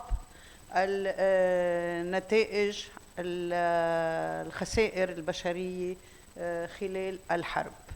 إنه شخص بالأخير هيك تم توقيف حياته بعنوة، حرم من الحياة ومن الحياة بكنف عائلة، من الذهاب إلى عمله أو إلى جامعته أو إلى مدرسته، وبالأخير ليس معروف إذا هو بعده على قيد الحياة أو صار في عداد الموتى. فحبيت أقول هالشغلة لأنطلق من يعني السؤال طويل، بدي أجرب قد ما فيني صغر، لأنه مثل ما قالت لينا نحن بعد اليوم نحن قد ايه بالشهر؟ 17 بعد 24 بعد 7 أيام بيصير لجنة أهالي المخطوفين والمفقودين في لبنان بيصير عمرها 43 سنة. من هال 43 سنة طبعا بلشنا بالحرب، 8 سنوات كنا بعدها في حرب، وقتها جمعنا. طبعا الخطف بلش مع بداية الحرب، بس نحن تجمعنا وتنادينا كأهالي فقدنا أشخاص بنحبهم. هي كانت ب 24 تشرين الثاني سنة 1982. طبعا قدرنا نجمع بعضنا، وقدرنا نتعرف على بعضنا، مش بس انه نحن مين عندك مخطوف ومين. طبعا وكنا غالبيتنا من النساء، لانه غالبيه المفقودين هن من الرجال، وخاصه كنا بزمن الحرب، وبالتالي في خوف. يعني الرجال كانوا يخافوا والشباب. نحن ما مش لانه قضايات زياده، بس لانه الخساره كانت كتير كبيره، وبالتالي يعني الوجع اوقات بيعطي قوه. فكنا تقريبا خلال الحرب التجمع او مجموعه من النساء، كلنا من النساء بزمن الحرب كنا عم نتظاهر بالشوارع. يعني كان في قنص، وكان في قصف، وكان في معارك، وحتى يعني تحملنا فعلا غير نيران الحرب، وتحملنا محاولات التحرش والترغيب ومن قبل الناس اللي قاعدين بالشارع، يعني يلي بين ميليشيات واحزاب عم تتقاتل، وبالتالي كنا نحن بالشارع. فبهذا المسار تعرضنا لكل أشكال الترهيب والترغيب، وبرضه قدرنا طبعا وقدرنا كمان. كان أخذ وقت شوي معنا، إضافة إلى المطالبة بمعرفة بتحرير أهلنا، كمان كنا نحن جايين من بيئات ومستويات مختلفة، من بيئات اجتماعية مختلفة ومستويات ثقافية ومفاهيم وإلى آخره. فكمان أخذنا شوية وقت يعني عملنا نوع من التمكين الذاتي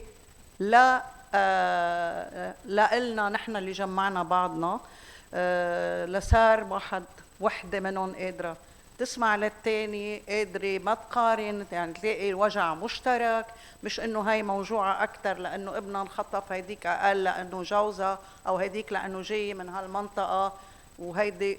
فكان في وقت اخذناه لنحترم بعضنا ونقدر اوجاع بعضنا، وبالتالي قدرنا بالرغم من كل الصعوبات اللي كانت عم تعترضنا، قدرنا نشكل نوع من الضغط على المسؤولين يعني المسؤولين بمواقع السلطة الرسمية. وبالتالي يعني طبعا انه لم نحصد، اذا صح التعبير، غير يا كلمات التحسر، وما كان احد رؤساء الوزارة ما كان عنده مشكلة قلنا العين بصيرة واليد قصيرة انه الميليشيات هيبتها ونفوذها اكبر من الدولة، وبالتالي ليسكتونا شكلت لجنة، طبعا لجنة هي كنا صرنا ب 83 لجنة للاستقصاء عن المفقودين والكشف عن مصيرهم، ولكن بقيت بلا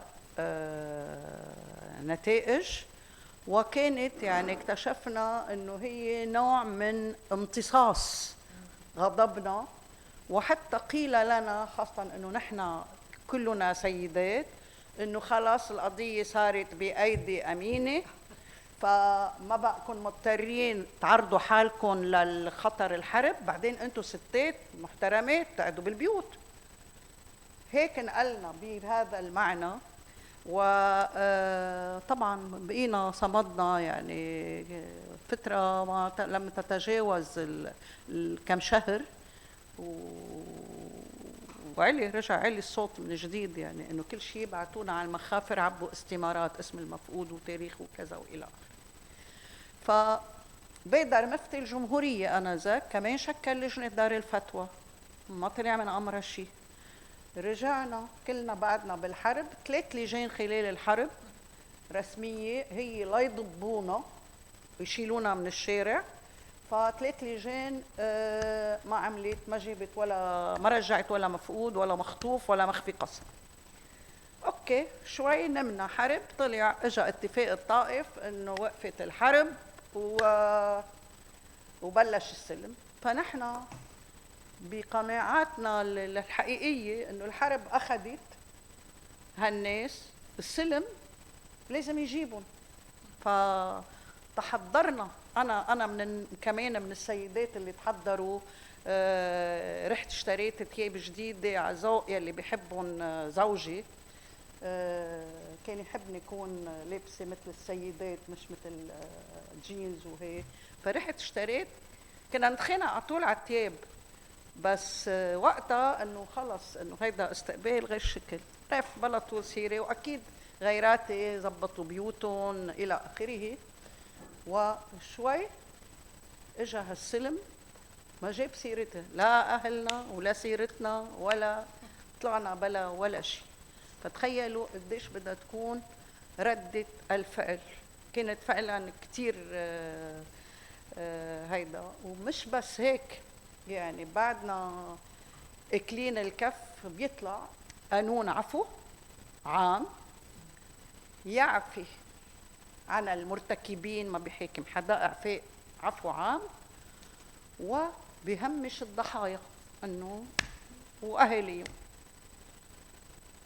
فكانت يعني فعلا مش نكسه، كانت صدمه كتير كبيره. بس رجعنا يعني كنا عم نستوعب شوي شوي انه ما فينا نرمي سلاحنا، يعني نحن مسلحين بحقنا، نعرف انه هؤلاء الناس وين راحوا، وينهم مختفوا، يعني ميتين بدنا اياهم لندفنهم، نعمل قبر ونروح نزور هالقبر، نحط عليه وردة، نعمل الدوي تبعنا. فبالسلم يعني زدنا شراسة وقوة واستفراس، وبالتالي واكتشفنا انه هيدي القضية وقتها في يطلع تقدير رسمي بيقول 17,000 مفقود ومخفي قسرا قياسا الى عدد سكان لبنان. منا يعني نسبة كتير عالية لعدد سكان لبنان انذاك ب 3 ملايين ونص او 4 ملايين. 17,000. فقلنا يعني انه لامتى بدنا نضل وحدنا، واعتبرنا انه هي مسؤولية المجتمع، لازم يحمل معنا هيدا المجتمع. فكمان اخذت معنا شوية وقت، بلشنا نفكر وبلشنا انه بكل نشاط نعمله صرنا نفتش على اصدقاء للقضية. يعني لو كنت بعرف لينا وقتها عملوا اصدقاء بدون ما نحكي معهم، وجمانة وكتار يمكن. وصار عندنا دفتر عليه مجموعة من الأصدقاء، وقعدنا ننسق سوا. وفعلا مع إطار الأصدقاء يعني خلال يعني نحن ما فينا نسميه لهلا، ما بنسميه السلم، وأكيد بتوافقوني بنسميه نحن ما بعد الحرب، بس إنه منه هيدا السلم الحقيقي، لأنه السلم الحقيقي وقتها بيجي بده يكون علاج كل نتائج الحرب، حقق يعني العدالة أقله. يعني إنه قبل ما تطلعوا قانون عفو خيي ما بدنا نعلق مشانق لحدا، اسألوهم لهودي كبار القوم اللي قاعدين بمكاتبهم، كلهم أحياء يرزقون بعدهم بس بالحرب مش هن نزلوا قاتلوا، هن قعدوا بالمكاتب وقاتلوا بأولاد الناس، بالشباب. العنصر الشبابي هو كان الغالب اللي يقف على الحواجز وعلى المتاريس ويقوس ويقتل ويخطف وإلى آخره. عم طولت كتير. مهم قدرنا مع هالإطار الأصدقاء، قدرنا حسينا هيك يعني إنه بالحرب مثل ما ضلني بقول أنا إنه قدرنا نشق جسر على هودي المقاتلجية. يعني رحنا شفنا كل قادة رؤساء الأحزاب اللي كانوا بالحرب، رحنا زرناهم. طبعا خدنا كذب قد ما بدكم، كل واحد يحط حق على الثاني يعني. فقدرنا وبقينا أهم شيء إنه بقينا على مسافة وحدة. هلا رجعت على تاريخنا، هلا بكفي مع الأصدقاء شو عملنا. قدرنا نفكر يعني لأنه كنا عم نشوف كنا هالقد الضربة قوية وهالقد الدولة الرسمية دايرة ظهرها لإلنا، وإذا تعاملت معنا مثل ما قلت تعمل لجان بلا صلاحيات وبلا نتائج. بقينا على مسافة وحدة. يعني كتير كان في محاولات يجوا يمدوا ايدهم تحت شعار مساعدتنا، انه تعالوا نحن بنساعدكم من هالحزب من كذا. فبقينا محوطين القضية ومحافظين عليها بقوة، وما خلينا حدا يعني مش صاحبنا هالحزب وقطعنا هالحزب. بقينا على مسافة وحدة من كل الأحزاب وحتى من القيادات الدينية. هلا بالحرب كمان بدي نضوي على نقطة هيدي قفيتها، انه بالحرب مثل ما تقسم لبنان تقسمت بيروت. نحن كنا ببيروت، فصار في بيروت شرقية وبيروت غربية. فكنا نلتقى لأنه كمان كان في مفقودين من المنطقة، نحن كنا بالغربية ثاقبت، فكنا نلتقى على خطوط التماس ويتقوص علينا ونتهدد. فكنا نلتقى بكتير سرعة، طبعا ما فينا نعمل ايضا ونتفق مع بعضنا انتوا شو تعملوا هونيك ونحن شو نعمل هون. وبالتالي وقتها قالوا خلصت الحرب صرنا لجنة وحدة، اجتمعنا مع بعضنا، وهيدا اللي قدرنا ونفخر فيه، انه قدرنا بعد الحرب، غير انه عملنا اطار اصدقاء هلا بنرجع له، ما بعد الحرب تشكلنا طائفة عابرة للطوائف والمذاهب والمناطق والانتماءات الفكرية والسياسية والثقافية. فعلا عملنا جسم واحد وبالتالي يعني كنا حركة نسائية احتجاجية خلقت بالحرب ضد الحرب وظلت مكفاية ما بعد الحرب، وبعدنا لهلأ شغالين. فمع إطار الأصدقاء قدرنا يعني نشد شوي بوتيرة أسرع.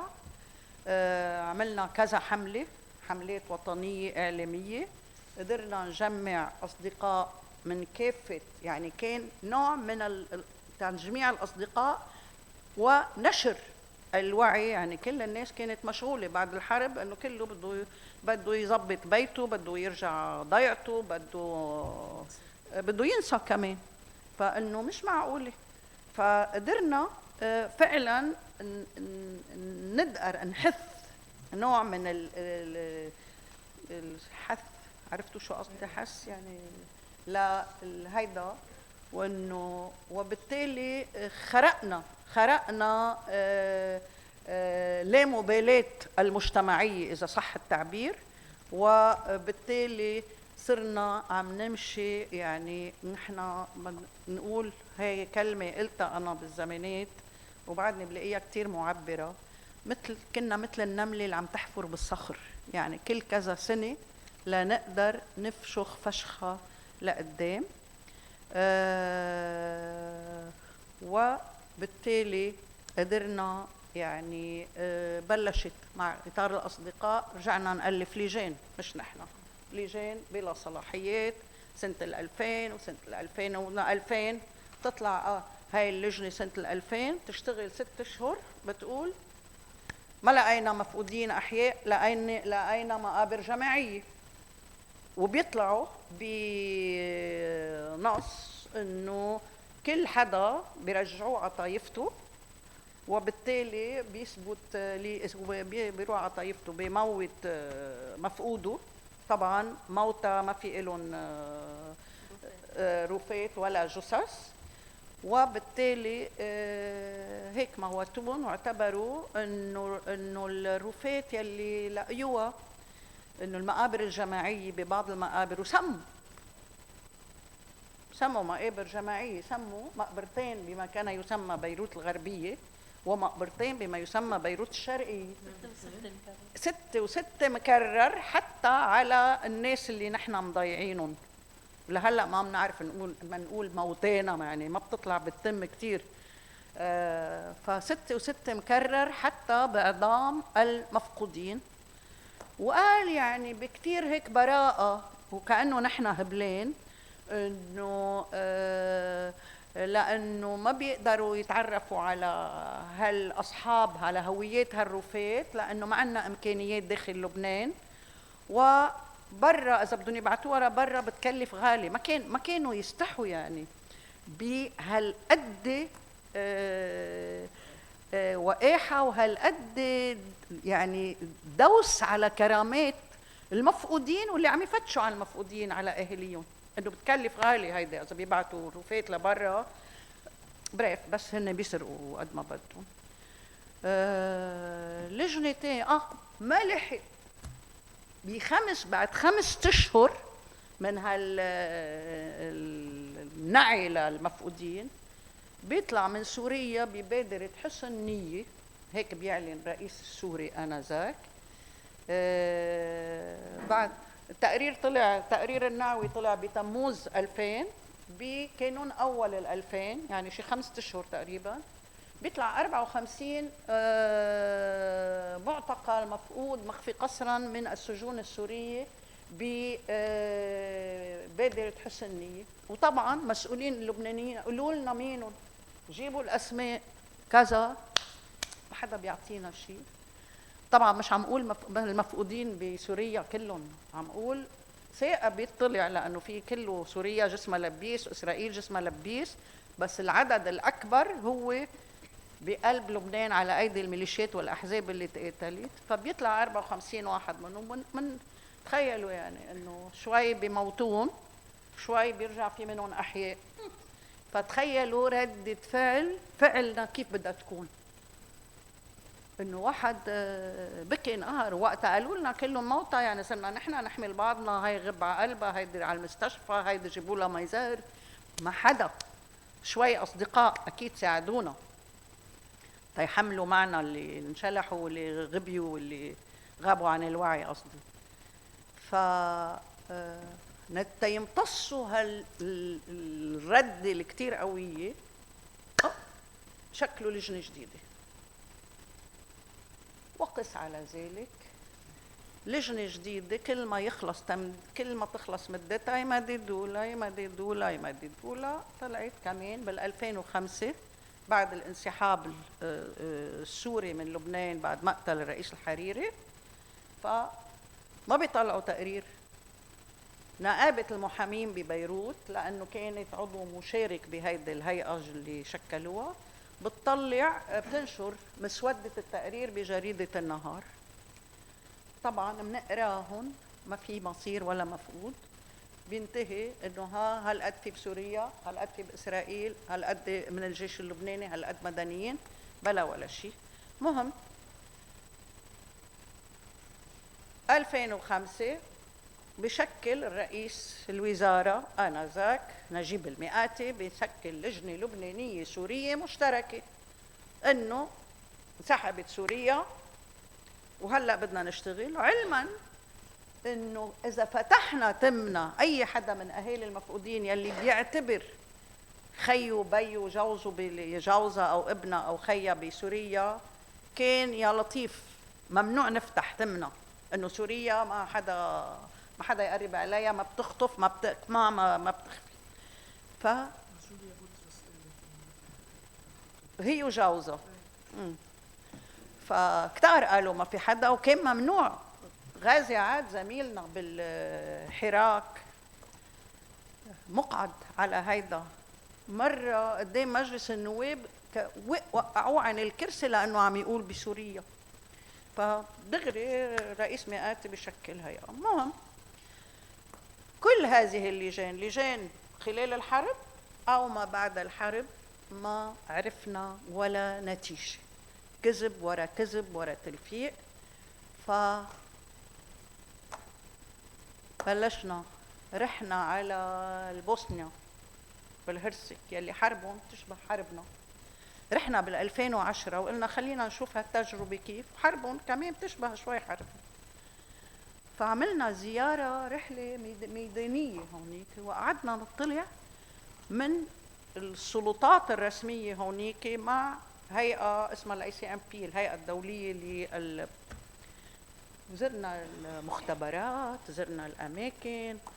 أنا صرت أبكي، صاروا نزلوا دموعي مع إنه أنا ما ببكي، نزلوا دموعي وقت شفت قديش هالمفقودين محترمين.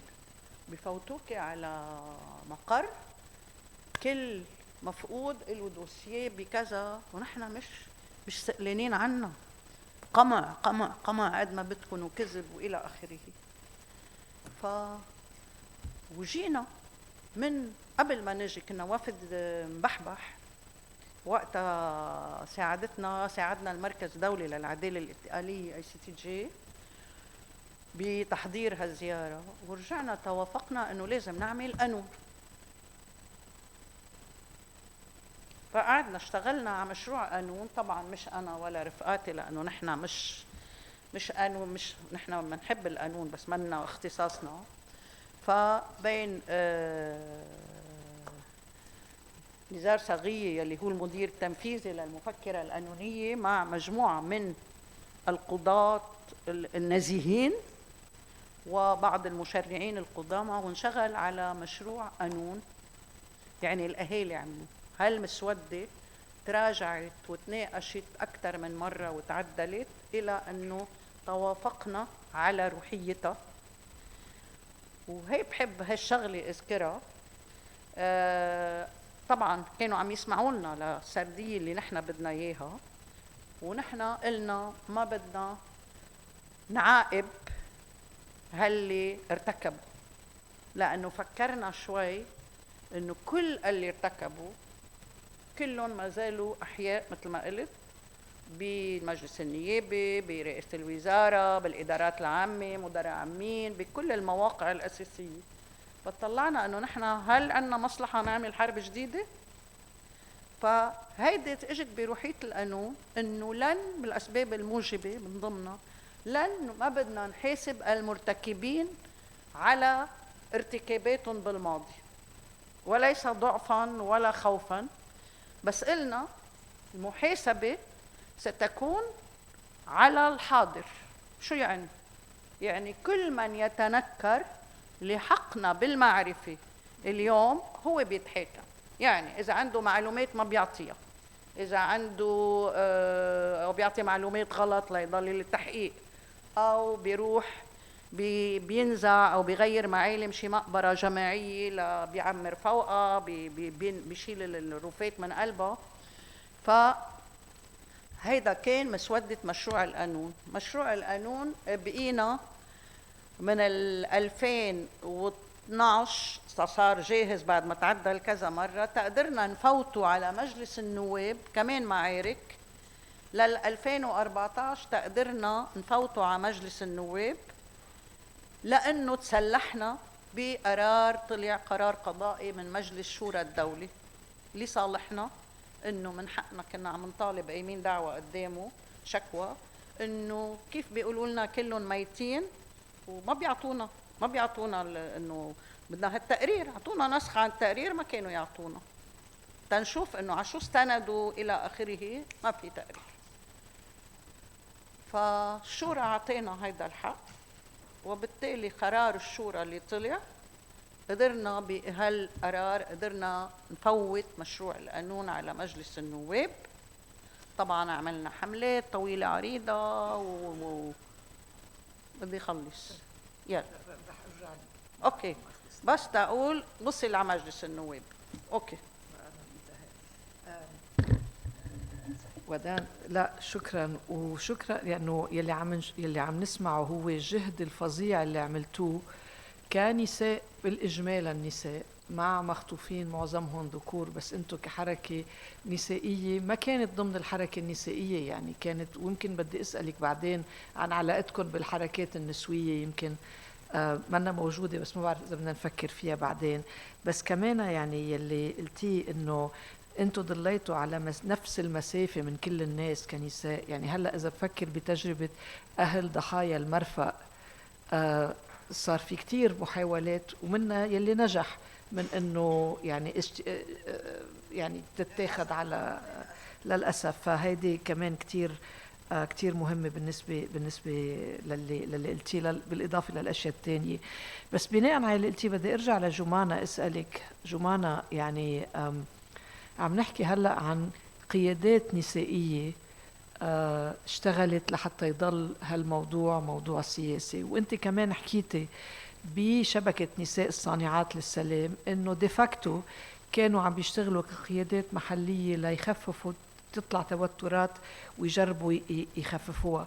بدي اسألك عن هيدا بالذات، لانه يعني هن تجربتهم انه هن بحد ذاتهم طلعوا فوق الاختلافات الموجودة بينات بعضهم، وانتو كشبكة نساء صانعات للسلام كقيادات نسائية فيها، إذا فيك تفتحي أكثر موضوع دورهم بتخفيف التوترات بس تحصل، وشو اللي بيخلي التوترات تحصل، وهل هي بتحصل كمان لأنه بصراحة ما صار في مسار صنع السلام مزبوط، فبالتالي هالتوترات على طول بدها ترجع تطلع. سو إذا فيك يعني تفكري شوي معنا بهذا الموضوع.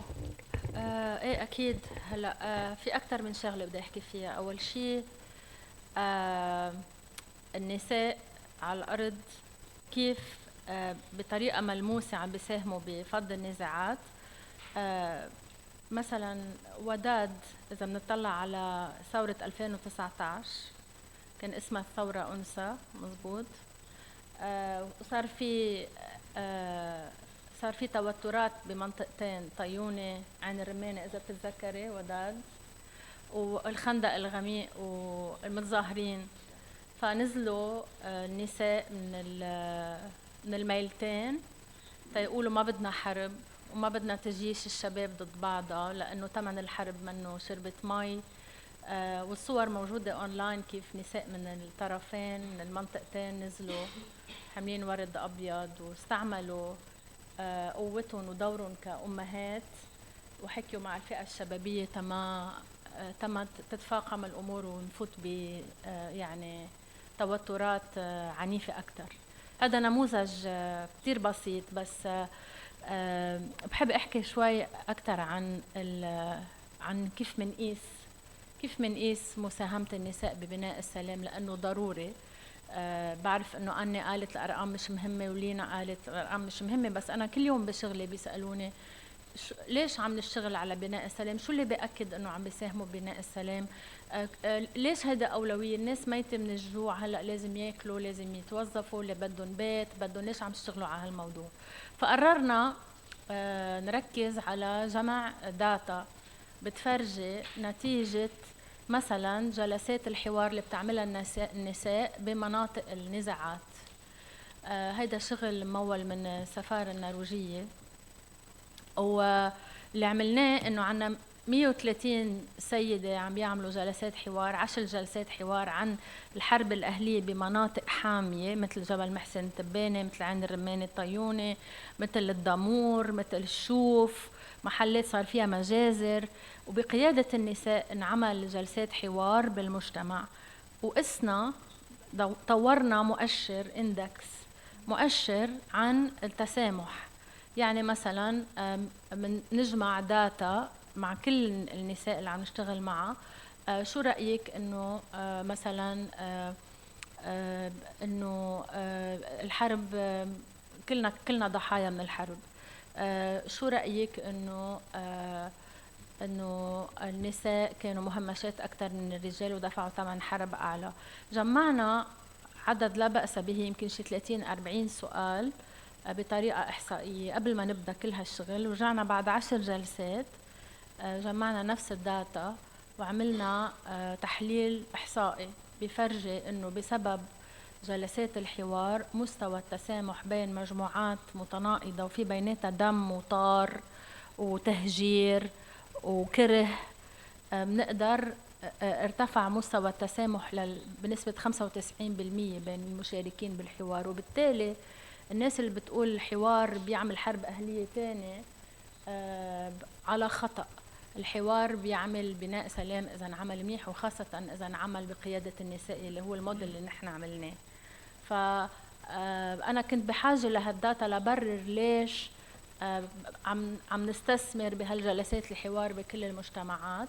شغلتين تعلمناها، إنه الفئة الشبابية اللي ما عاشت الحرب الأهلية وللأسف عاشت هلأ حروب جديدة، هي مهتمة كتير بموضوع الحرب الأهلية، لأنه مهتمين يعرفوا شو ورثوا، ليش ورثوا، ليش وصلنا لهون.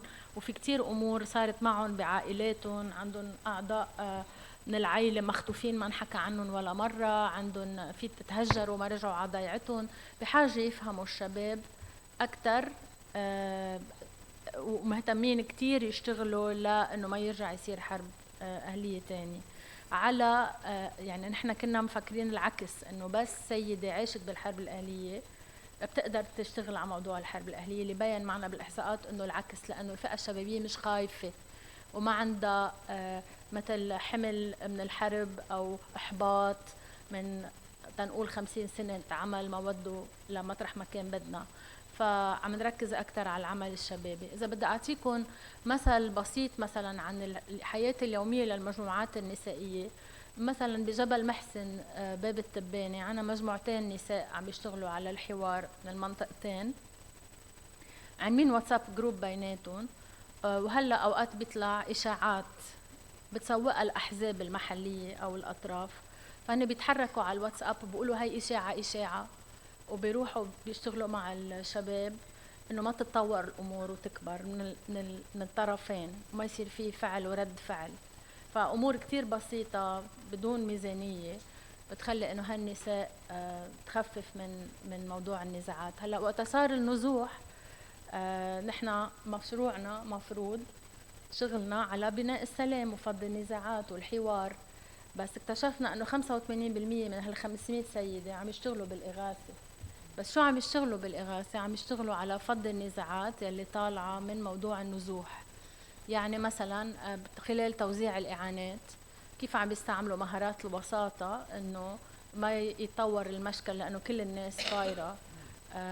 وحتى عملنا نموذج مع برنامج الغذاء العالمي كيف سيدات وسيطات من عنا مدربين على الوساطة عم بيساعدوا الورلد فود بروجرام كيف خلال عمليات التوزيع يحلوا النزاعات مع المستفيدين بطريقة فيها احترام وفيها يعني سلمية وما تتفاقم الأمور أكبر، وكمان يستبقوا النزاع من خلال تحليل نزاعات قبل ما يشتغلوا فيه. فصحيح نحن اشتغلنا على مهارات بناء السلام مع هالنساء يعني بغض النظر عن الحروب وغيرها، بس لقيناهم عم بيطبقوا هالمهارات وهالشغل بمجتمعاتهم خلال النزوح.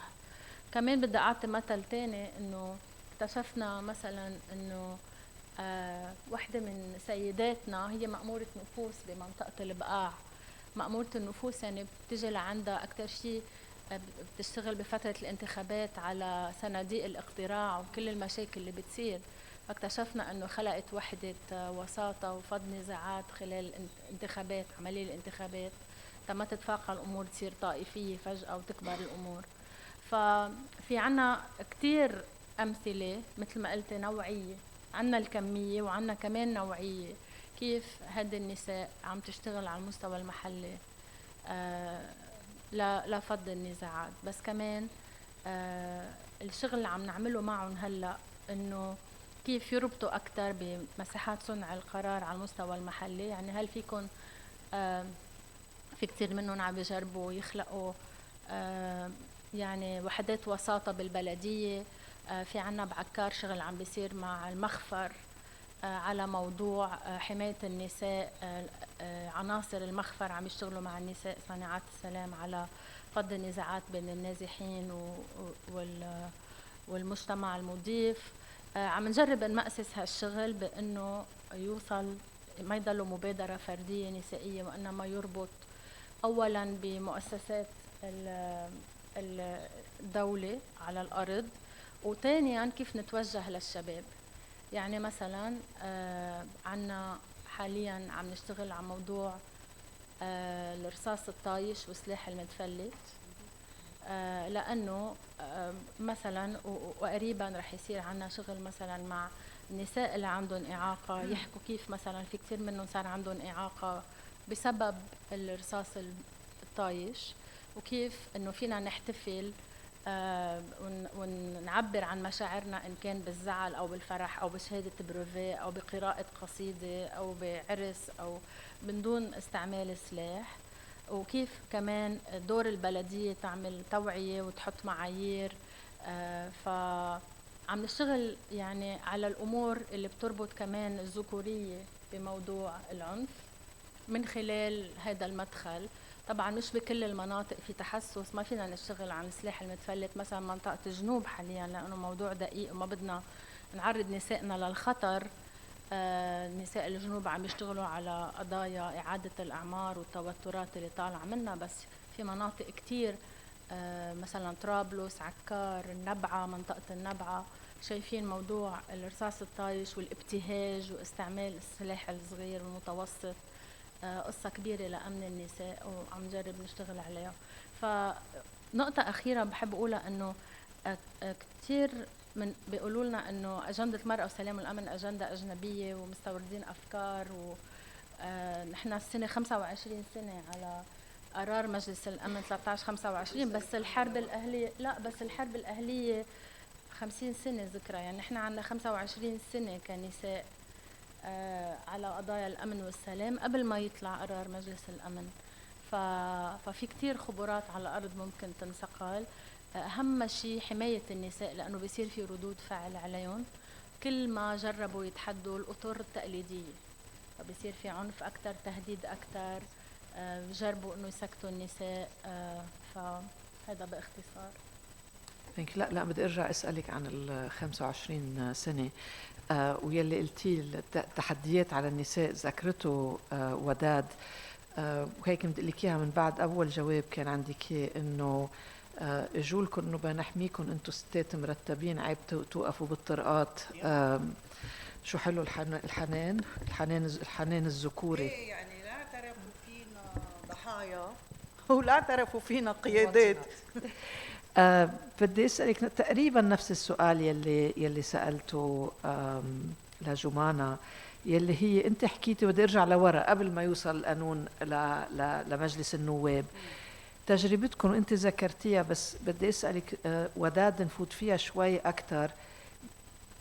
انت قلتي كنتوا تجتمعوا على الخط الاخضر لانه كنتوا من المنطقتين، وانا بتذكر وقت جيتي وكانوا الزميلات السوريات هون، حكيت زميله منكم من اللجنه انه كيف اجوا الميليشيات قالوا لها انه انخطف ابنك، بنخطف لك ابن جارتك اذا بدك. يعني فكيف يعني بدي اسالك كمان اذا مثل جمانة فينا نفوت اكثر بالعمق بكيف تخطيتوا هالانقسامات يلي بوقتها بايامها بالثمانينات كانت انقسامات قاتله يعني، وكيف قدرتوا يعني تطلعوا فوق. وبعدنا عم ناخذ مثل يعني انه هالشيء ما كتير زبط مع اهالي ضحايا المرفأ، كيف قدرتوا كنساء تتخطوا هالشيء؟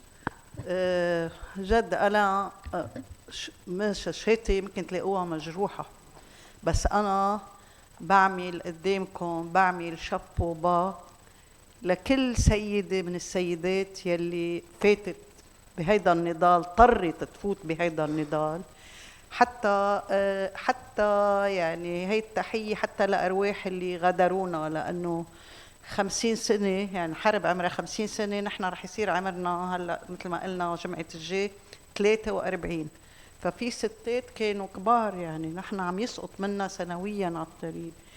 فما بقدر ما اعمل كيف تخطينا. بفتكر بالدرجه الاولى في الوجع انه خسرتي حدا كتير بتحبيه. تاني شيء في انه في شيء غير طبيعي مثل ما قلت، ما حدا له حق يوقف حياة حدا، ونحن قوينا بعضنا. هلا يمكن إدارة الظهر من قبل السلطات الرسمية إن كان بالحرب ولا ما بعد الحرب هي اللي خلتنا نقول لا، وخلتنا علمتنا أكتر. أنا هلا مش مثل وقت بلشت، أنا كتير تعلمت أشياء جديدة، وغيري من الأهالي كتير تعلمنا أشياء على الأرض. ونحن أنا بعتبر بالنيابة عن كل سيدات الأهالي المفقودين إنه نحن كنا مع همنا، كنا دون أن ندري بمطالبنا كنا عم نشتغل من أجل إنهاء الحرب وتوطيد السلم، وما بعد الحرب بعدنا عم نشتغل. يعني وقتها بدنا نقول إنه ما فينا ننكر إنه هيدا الإنكار تجاه آلاف الأشخاص وكأنه جريمة لم تحصل. هيدي جريمة ما بتمرق بمرور الزمن، ولا قانون عفو بيقدر يتخطاها. ففي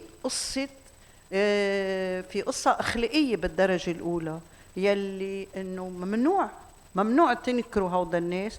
فنحن وقتها عم نلتقى من الطرفين يلي هن مفروض أعداء بعضهم، عم نلتقى بالحرب ونتفق على خطط عمل. هيدا معناتها نحن ضد الانقسام الطائفي وضد الانقسام السياسي يلي بعدنا حاملينه لحديت هلا. فهيدا الاشياء كنا عم نمارسها من حبنا لهيدا، بس بعدين انه بينكتب مجلدات انه نحن بالحرب كنا عم نتحدى المتحاربين وقالة الحرب، وياما انعرض علينا مثل ما قلتي انه بنخطف لكم. وقتها نحن نروح نعمل تحرك مثلا نسكر المعابر بين البيروتين، مش بس على المتحف وعلى المرفأ وعلى الضاحية وإلى آخره، كان يجي بشوات تعيت من تبعول الأحزاب وغير إنه نحن عم نخطف لكم. فكنا نمنع هيدا الشيء. هيدا معناتها إنه قادرين نشوف كتير منيح إنه نحن نريد نسعى نحو السلام وليس إلى مزيد من التقاتل. واللي إجا بمسوى بالقانون يلي صار قانون بعدين بعد هلا ما بعرف اذا رح تسالني لينا عنه، اجا انه نحن ما بدنا، لانه ما بدنا نعمل حرب جديده. انه مين بدكم عدلكم؟ وليد جنبلاط بعده طيب، ونبيه بري بعده طيب، وسمير جعجع بعده طيب، ومين نقصت بعد؟ كل قادة الحرب وتوابعهم كلهم ما زالوا مثل مش بس عايشين بيناتنا وبيمشوا بهدوء وقاعدين بالمناصب الرسمية، كمان بيعملوا خطابات بحقوق الإنسان وبأهمية الدفاع عن حقوق الإنسان، إنه بيسقط النظام السوري، بيطلعوا هاو كلهم اللي خطفوا وقتلوا وموتوا إنه بلشوا إنه ها الإجرام والإجرام، أنتوا شو عاملين؟ فنحن عم نشتغل وعم نترجاهم إنه يعني هيدا التحدي الأكبر، إنه بالحرب كنا عم نبوس إيديهم وإجريهم، بليز فلتوا لنا أهلنا، بليز ما عاملين شيء، مدري ما بعد الحرب شوفوا هيدا التحدي اللي بيقتل، بليز قولوا لنا وين كبيتوهم. ففي أكثر من هيك نية بالأخير. إيه نحن بدنا نعمل وقتها بنقول من حقنا نعرف، هي مش بس يرجعوا أهلنا، هي كمان وقفة لعدم تكرارها.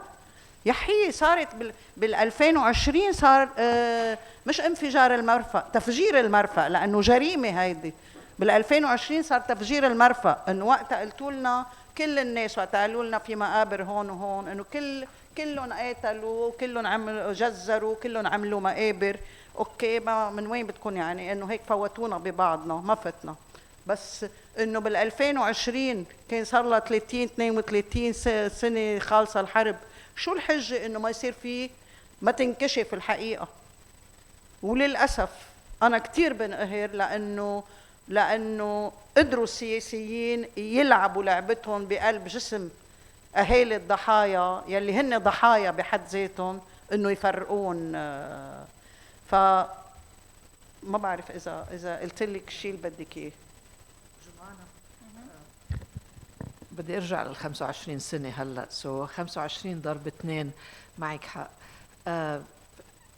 هلا بدي اسالك شو بيعني القرار 1325 بظل يلي عم بيصير، وانت بالنسبه لإلك شو ترجمته عمليا بشكل ملموس على الارض، يعني للنساء اللي عم يشتغلوا لصنع السلام، للمجتمعات اللي عم بتجرب تشتغل لصنع السلام. وين كيف how do you position، وين بتحطي القرار 1325 بإحصائه هلا؟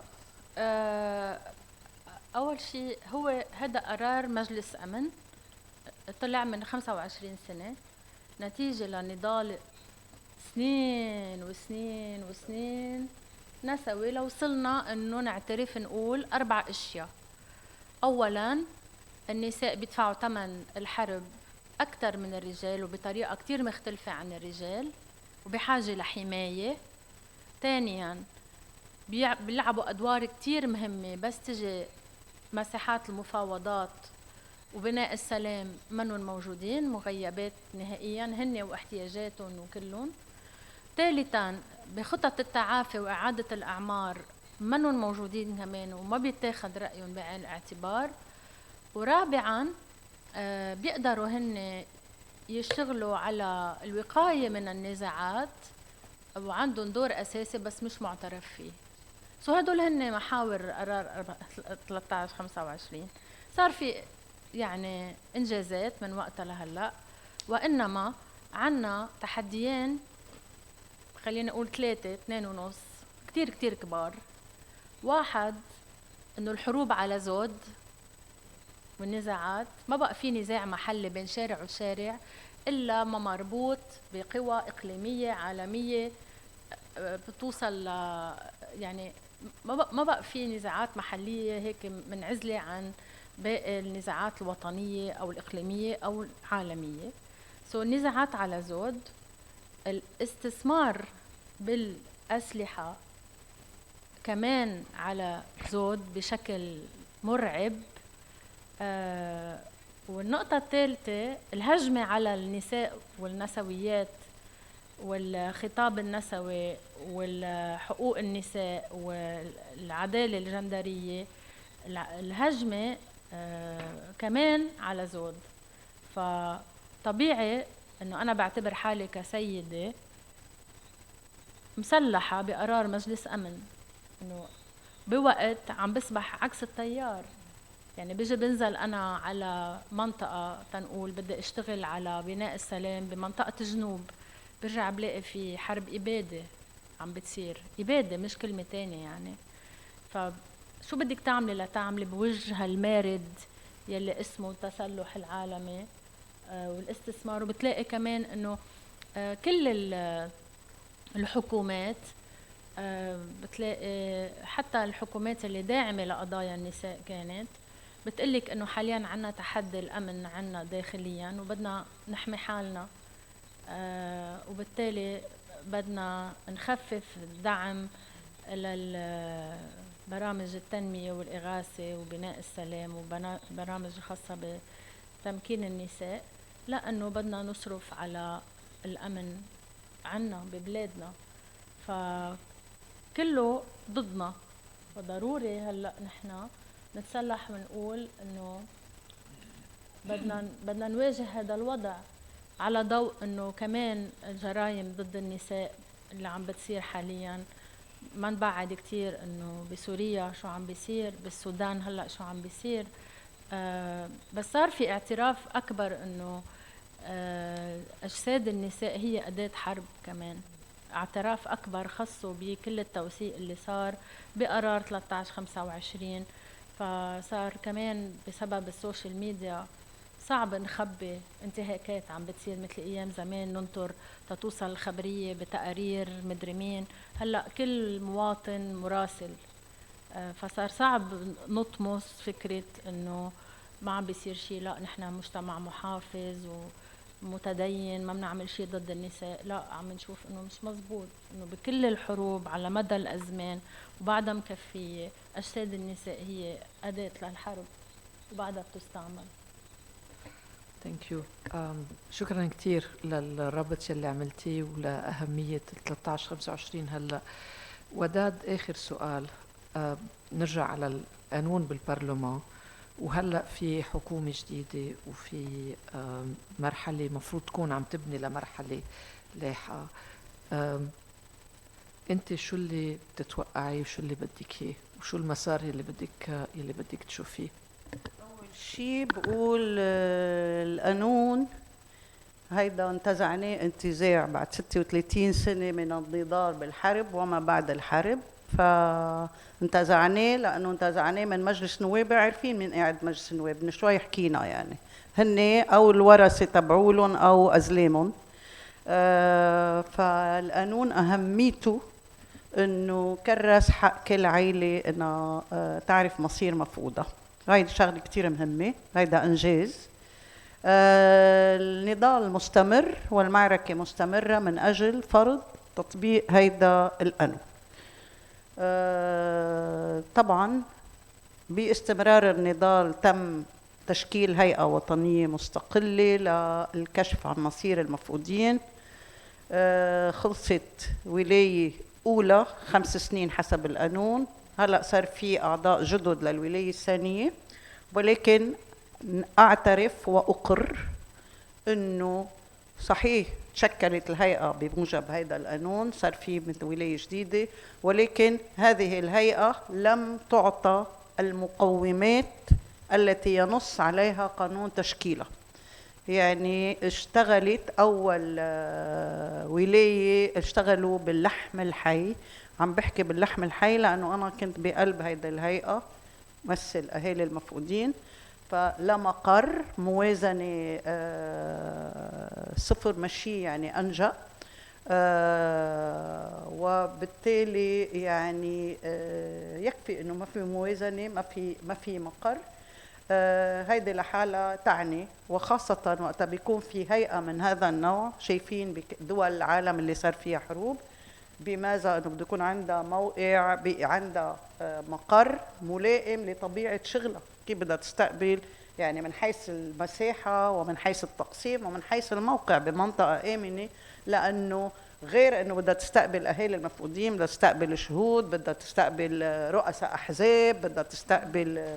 فبالتالي هلا الهيئة التالي، وأنا بقولها بالفم الملآن وقلتها بقلب رئاسة مجلس الوزراء بقلب السراي، إنه حتى تاريخه ما في إرادة سياسية غير متوفرة لحل هذا الموضوع.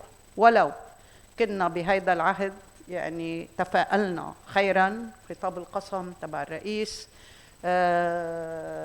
بيان الثقة تبع رئيس الحكومة، كمان مرق على هيدا القضية وإلى آخره. هلا بعدنا بالكلام هن معنا، بس فعليا على أو شغلة تانية لبوها، وهيدا كان بطلب مباشر من لجنة الأهالي إنه ما يصير في فراغ بين انتهاء ولاية الأولى والثانية، فحصل بكتير سرعة. فهلا نحن بدنا نضلنا ندفش وعم ندفش لفعلا توفير الإرادة السياسية، وهي بنقولها بصوت عالي، يعني إنه نحن أهدينا الدولة قانون إذا فعلا أحسن تطبيقه رح ترجع تصير دولة، يعني تصير دولة مسؤولة عن شعبها عن ناسها، ورح يستفيد مش بس أهالي المفقودين يخلصوا من المعاناة، إنه مجتمع رح يستفيد والدولة رح ترجع تصير دولة. وهيدا يعني ومن هالباب بحب كمان نشير لشغله من الاشياء اللي عملناها وبادرنا فيها، هي اطلاق منتدى مدني لدعم تطبيق القانون. المنتدى بعده طري العود، اطلق حاله بايلول الماضي، ويعني على امل انه يعني الكل الناس المهتمة بهي القضية وبتقدر أهمية هاي القضية، لأنه حق المعرفة غير أنه حق مقدس. بدي أقول شغلة، يعني الناس وقتها بتعرف، حتى أهالي المفقودين بيصير عندهم نوع من المناعة، ومناعة شوي شوي بتقود إلى التسامح فإلى المصالحة. وهون بدي أعطي مثل إذا بتسمحي لي، عندي وقت، مثل كتير حي صار معنا، مش عم بحكي هيك لنظر. في شاب معنا من أهالي المفقودين، بيو مفقود من 36 سنة بال89 1989، وعلى أساس بيو بالسجون السورية، وكل نضاله لبسام إنه معتقل بيو بالسجون السورية مخفي قسرا. حتى أيار الماضي بالانتخابات، كان في انتخابات بلدية بلبنان، فنتيجة خلاف على اخدينك على اللائحة أنت، لا أنا لازم ياخدوني بنفس الحزب، أنا أحق منك لأنه أنا بعد ناضل أكثر منك وإلى آخره. بلشوا وطحشوا على بعضهم وبلشوا نبشوا تاريخ بعضهم، وبقول له ما أنت خطفت فلان وقتلته. بيطلع بيو لبسام خوري ما طلع من الضيعة، بيو لبسام خوري استدرج وخطف وقتل ودفن بالضيعة 36 سنة لأيار 2025. تعرف بس شو صار؟ تقول أنا كيف إنه طلع بسام وإخواته إنه شو بنعمل، إنه شو بيعملوا، إنه إذا راحوا قتلوا واحد أو حبسوا واحد إنه شو رح يعمل؟ سامحوا تصالحوا مع بعضهم بنفس الضيعة، تصالحوا مع بعضهم وسامحوا بعضهم، وكانت الكلفة نوع من الاعتراف أو الريباراسيون، جبر الضرر، وسموا شارع باسم الشخص المفقود، بيطلقوه على شارع بالبلدة، ومش الحال. ومشان هيك يعني كنا كل ما نطالب انه اعطونا التقرير، اعطونا هيدا، بدنا نعرف رح تعملوا حرب اهليه جديده، وراح. اعطينا مثال كتير واضح انه اللي انأذى من حرب اكيد رح يكون ضد الحرب، وولادنا ضد الحرب، ونحن مستمرين مش بس تنعرف مصير اهلنا، لانه ما بدنا الشباب، جيل الشباب يرجع ينجر لحرب جديدة قدام الإغراءات، وهلأ صارت كتيرة أكتر. بالعكس بدنا إياهم يعرفوا شو صار ولازم يعرفوا شو صار لحتى فعلا مش بس يساهموا بمنع يعني يساعدوا الاهالي او لحق المعرفه، مشان ما يساهموا باعادتها ومشان هن يصير عندهم دور. ونحن نامل ونسعى مستقبلا الى ادخال هذه القضيه بالمناهج المدرسيه والجامعيه، وانه حاجه نضلنا ندرس يعني من يتنكر لشقفه من تاريخ بلده. مش بلد، هيدا مش بلد حضاري. قد ما كانت سودة فترة الحرب، مفروض طلاب لبنان وكل جيل الشباب انه يعرفوا الحرب بكل تفاصيلها شو صار فيها، والا كيف بدنا نتعلم؟ ونحن بنفس الوقت عم نوثق ونأرشف ونعمل، لانه ما عندنا كثير امل نرجع احياء، بس انه اكيد بدنا، وطالما ارضنا مليانه مقابر جماعيه بدنا ندفن، بدنا نتعرف على الرفات وندفنها، بس كمان نحن بدنا نضمن مستقبل مش بس لاولادنا، اولاد اولادنا ولاولاد لبنان، انه مش بلد قاعد كل كذا سنه يصير في طوشه يعني. شكرا. بدها وقت لواحد يستوعب، بس شكرا. بدي، أنا ما كنت قايلت لأني إنه بدي أرجع لها بالآخر، بس هلأ بدي أرجع لها بالآخر، لأنه وقت كنا عم نحكي أنا وأني عن الموضوع، وكانت عم تحكي لي عن تجربتها، وسألتها شو الفرق كان بين كوسوفو، ليش صار في وصلت التجربة لمطرح وكانت منجزة أو أنجزت، والفرق بين مع أفغانستان. قالت شغلتين لأنه هلأ قالتهم وداد، مشان هيك أني بدي أرجع لهم. وقت اللي سألتها لود سألتك إنه شو بتترقبي هلأ، فقلتي شغلتين يلي هي قالتهم أني كانوا سبب النجاح بكوسوفو، وعدم وجودهم كان سبب الفشل بأفغانستان. وحدة إنه حاليا شكلنا أشبه لأفغانستان، إنه الإرادة السياسية مش موجودة، منا موجودة أبدا. وتاني شيء ما في استثمار، إنه عدم وجود الإرادة السياسية بيخلي إنه ما في استثمار بهذا الموضوع. في لجنة ما بتنعطى مقومات، لجان بتصير قبل بس صورية، وعود ما إلى عازة. بنرجع فعلا لنقطة البداية من الأول، لا الحديث اللي كان مع أني إنه الإرادة السياسية وجودها أو لا، والاستثمار بالنساء كصانعات سلام وكعاملات لحتى نعرف الحقيقة، ولحتى يصير في اللي قلتيها حبيت كتير، من حق المعرفة للمناعة للتسامح للمصالحة. شكرا كتير ثلاثتكم. يعني بحس حديث لا ينتهي، وبحس إنه لازم نكمل بعد، فبدنا نرجع نتآمر لنكمل بعد. حدا بيحب يسأل؟ هاي عدنان، حدا بيحب يسأل أي سؤال؟ أو فيك أكيد.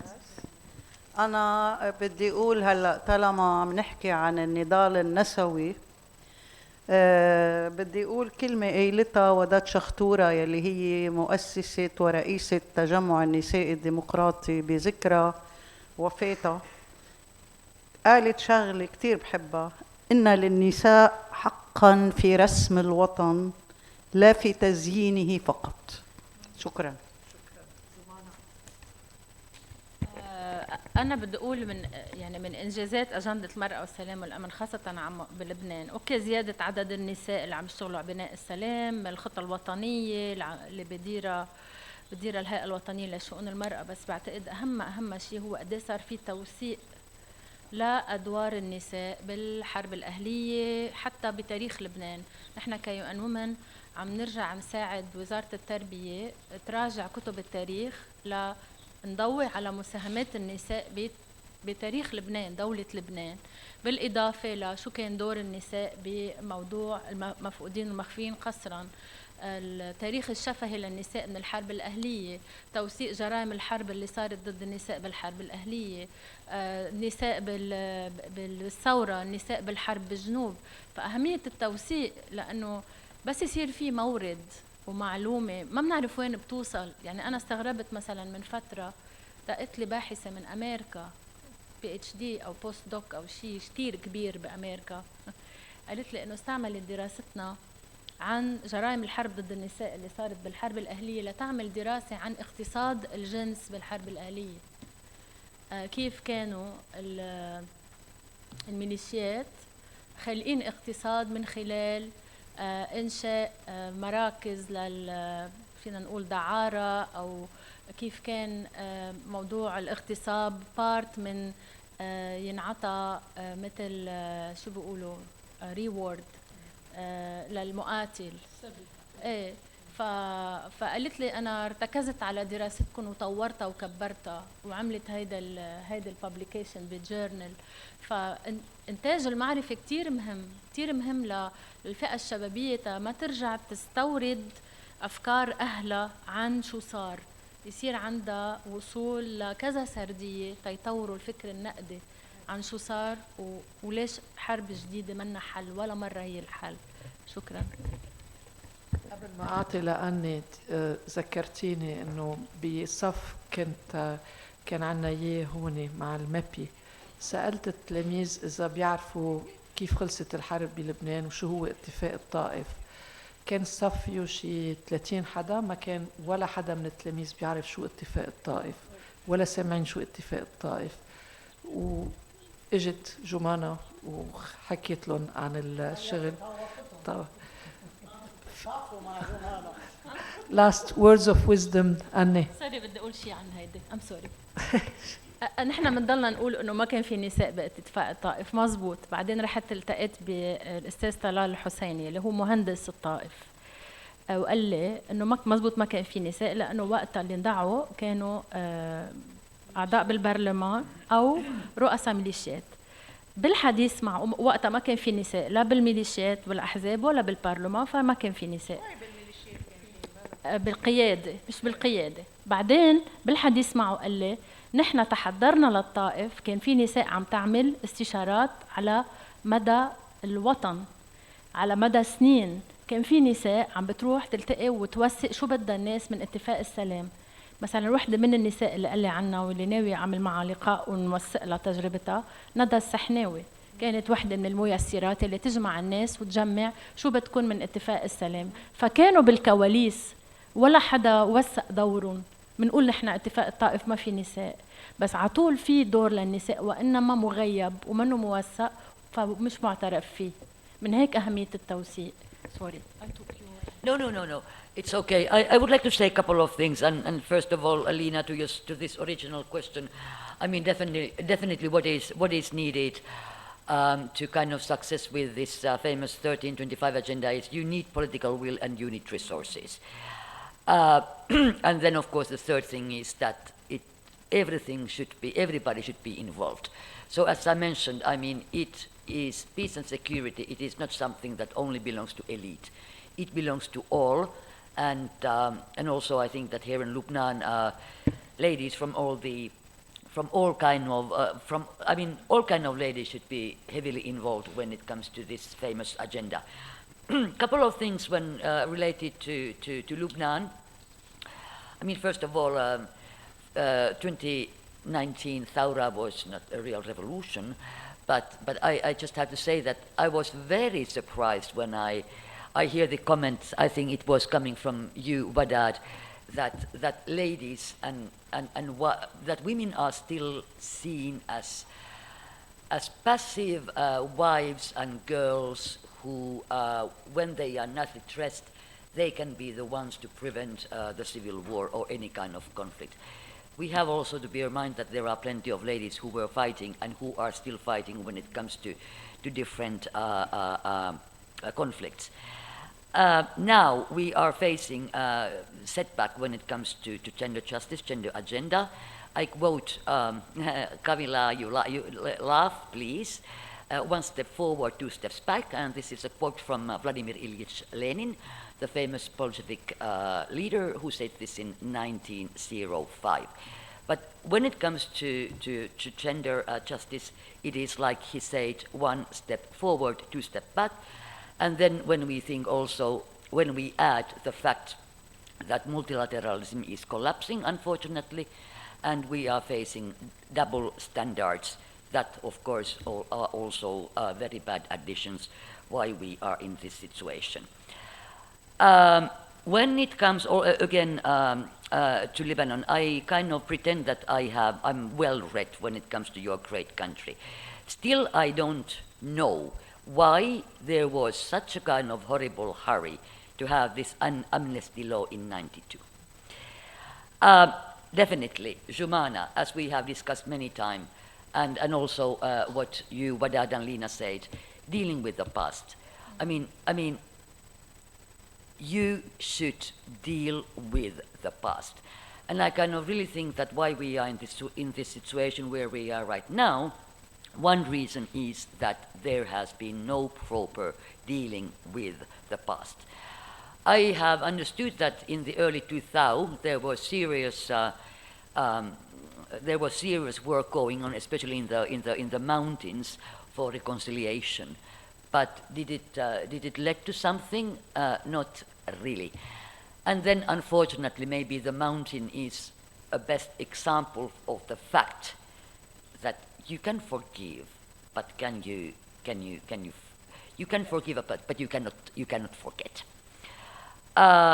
Yes, and then again, also what happened in Kosovo, the former warlords, they became political leaders. And I just have to say that I have been following this great country since '92, and I'm still surprised that the warlords are deciding what is going on in this country. But thank you so much, Lina, and it was great to discuss with you, Jumanah and Wadad, and maybe now the bright students will have some questions for us. Thanks. Thank you so much. As I said, we cannot have enough of this conversation. It's just the tip of the iceberg. Any question? Yes, please. عندي سؤال جمانة. حكيتي بالأول عن دعمكم للنساء وعطيتي مثل الانتخابات البلدية. قد ايه اكتشفتوا انه اقرب الناس اللي بيحاربوا المرأة هن شو بدنا نقول الحلقة الضيقة، يعني ما بتاخد دعم من اقرب الناس الى اللي هن بيا وخيا. اذا ما حكينا ممكن تلاقي دعم من زوجها اكثر من اللي بتلاقيه من بيا وخيا. امتى رح بتلاقي اول شيء قد ايه لقيتوا هيدي المشكلة موجودة؟ امتى رح نطلع من هيدي العقلية، علما انه المرأة بطبيعتها هي قيادية، يعني منا بحاجة لهيدا الدعم اللي انتم عم بتقدموه لو نحن على صعيد المجتمع مقتنعين انه هي قادرة توصل، لانه الحلقة الضيقة ما عم تدعمها. وبحكي من تجربة شخصية، يعني انا اذا كنت نزل بوست ما يتوافق مع اللي اهلي بيوافقوا عليه، لانه اذا شافها مختار الضيعة شو بده يقول بنته لفلان شو قالت. وهيدي مش بس تجربتي انا، تجربة كل النساء بلبنان. قد ايه لقيتوا في منا هيدي المشكلة بعدها موجودة، وامتى رح نطلع منها برأيك؟ هلا انتخابات البلدية بالذات هي انتخابات العائلات، بتتدخل فيها السياسة والأحزاب السياسية، بس هي العائلات بالضيعة بدها توصل ممثلين عن العائلات للمجلس البلدي. يلي شفناه مع النساء انه هل العائلة تنقول حضرتك من بيت ياسين بدهم انه انت تمثليهم؟ معظم الاوقات لا، لانه في رجال هو بيمثل العائلة. فيلي كان يصير انه يضغطوا عليها انه خيك اولى، ابن عمك اولى، بدك تقسمي العائلة. بصير في ضغوطات عاطفية كمان، مش بس ضغوطات اوقات تهديد، يلي خبرونا اياه انه ضغوطات عاطفية، انه ولو عمك عمل كذا ساعدكم بكذا انتم صغار، عم تنزلي ضد ابن عمك، بدك تقسمي العائلة مقسومة، الى اخره الى اخره.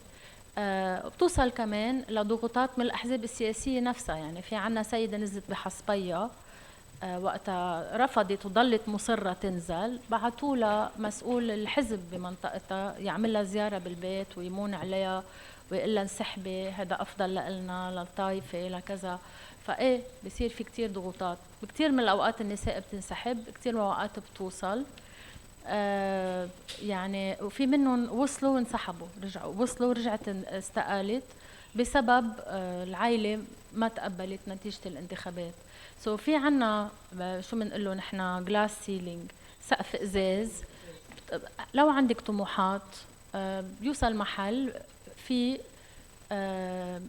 توقعات من دورك انه تتنحي بمراكز القرار للرجال بالعائلة، وهيك بيصير بالانتخابات النيابية، وهيك بيصير بأي مجالس صنع القرار. هيك في عندي قصة بحب أقول لكم عنها. نحن عم ندرب النساء على تينزلوا على الانتخابات البلدية. في سيدة قالت إنه العائلة اجتمعت وقال سموها هي تنزل عن العائلة، بس هي فكرت إنه ما عندها خبرة بعد، وهل رح تقدر تعمل شغل منيح ولا لا، فقررت تراقب الانتخابات بهالدورة وتتعلم، وبعد 4 سنين ترجع تنزل على الانتخابات، ونزل خيها بدالها. فأنا قلت لها لو خيك اجت العائلة قالت له أنت نزال عن العائلة، كان قال لهم انطروا 4 سنين لأتعلم ولكذا، ايه انه لا، هو بقول انا بخوض هالمعركة وبتعلم وإلا ما انجح، يعني بيبدأ هيك. مش عم بقول انه الحق على النساء، بس نحن كمان كيف منربي البنت من أول ما بتخلق إنه كل الوقت منشكك بقدراتها، بدك تعملي أكتر ضغط، تبرهني حالك، بدك كذا، وبتوصل لهاي المرحلة. وانسحبت وقالت أنا هلأ بدي راقب، واعتبرتها قصة، وخيا نزل. بفتكر أنا كمان هيدا الشيء له علاقة بالمستوى الوعي تبعية السيدات، يعني مش كلهم مثل بعضهم، انه هو مستوى الوعي يلي انه ليه بتخليها، ليه بدها تنازل لخيها، شو خيها مثل ما قالت لينا انه بيخلق معلم، يعني ما هو كمان تجربه للمره الاولى انه ليه. بس احنا كمان وقتها بتنزل مره على الانتخابات النيابيه، هلا جاينا انتخابات نيابيه ايار الجاي، بنحط لها لائحه شروط مستحيله تتنزل، بدنا اياها تكون نسويه ومع البيئه وما عندها بتلبس بطريقه معينه، وحتى نحن كنساء يعني بنطلب من السيده اللي بدها تنزل على الانتخابات تكون مطابقه لمواصفات كثير صعبه ما بنطلبها على من الرجال، فبتلاقي انه كثير صعب يعني قد ايه بنحط معايير يعني. Why didn't you mention patriarchal society? And why didn't you mention this sectarian system that you have in this country? I think that there are so very many structural barriers in Lebanon that make this women's participation impossible at the moment. Indeed. Indeed. Thank you so much. On this powerful note, I totally agree with you. How dismantling the patriarchal society, and one of its pillars is actually the confessional system is one of the pillars of the patriarchal society. So we have I mean, it's always been something that most of us have fought against. So the fight continues. شكرا كتير لكم. شكرا. Thank you.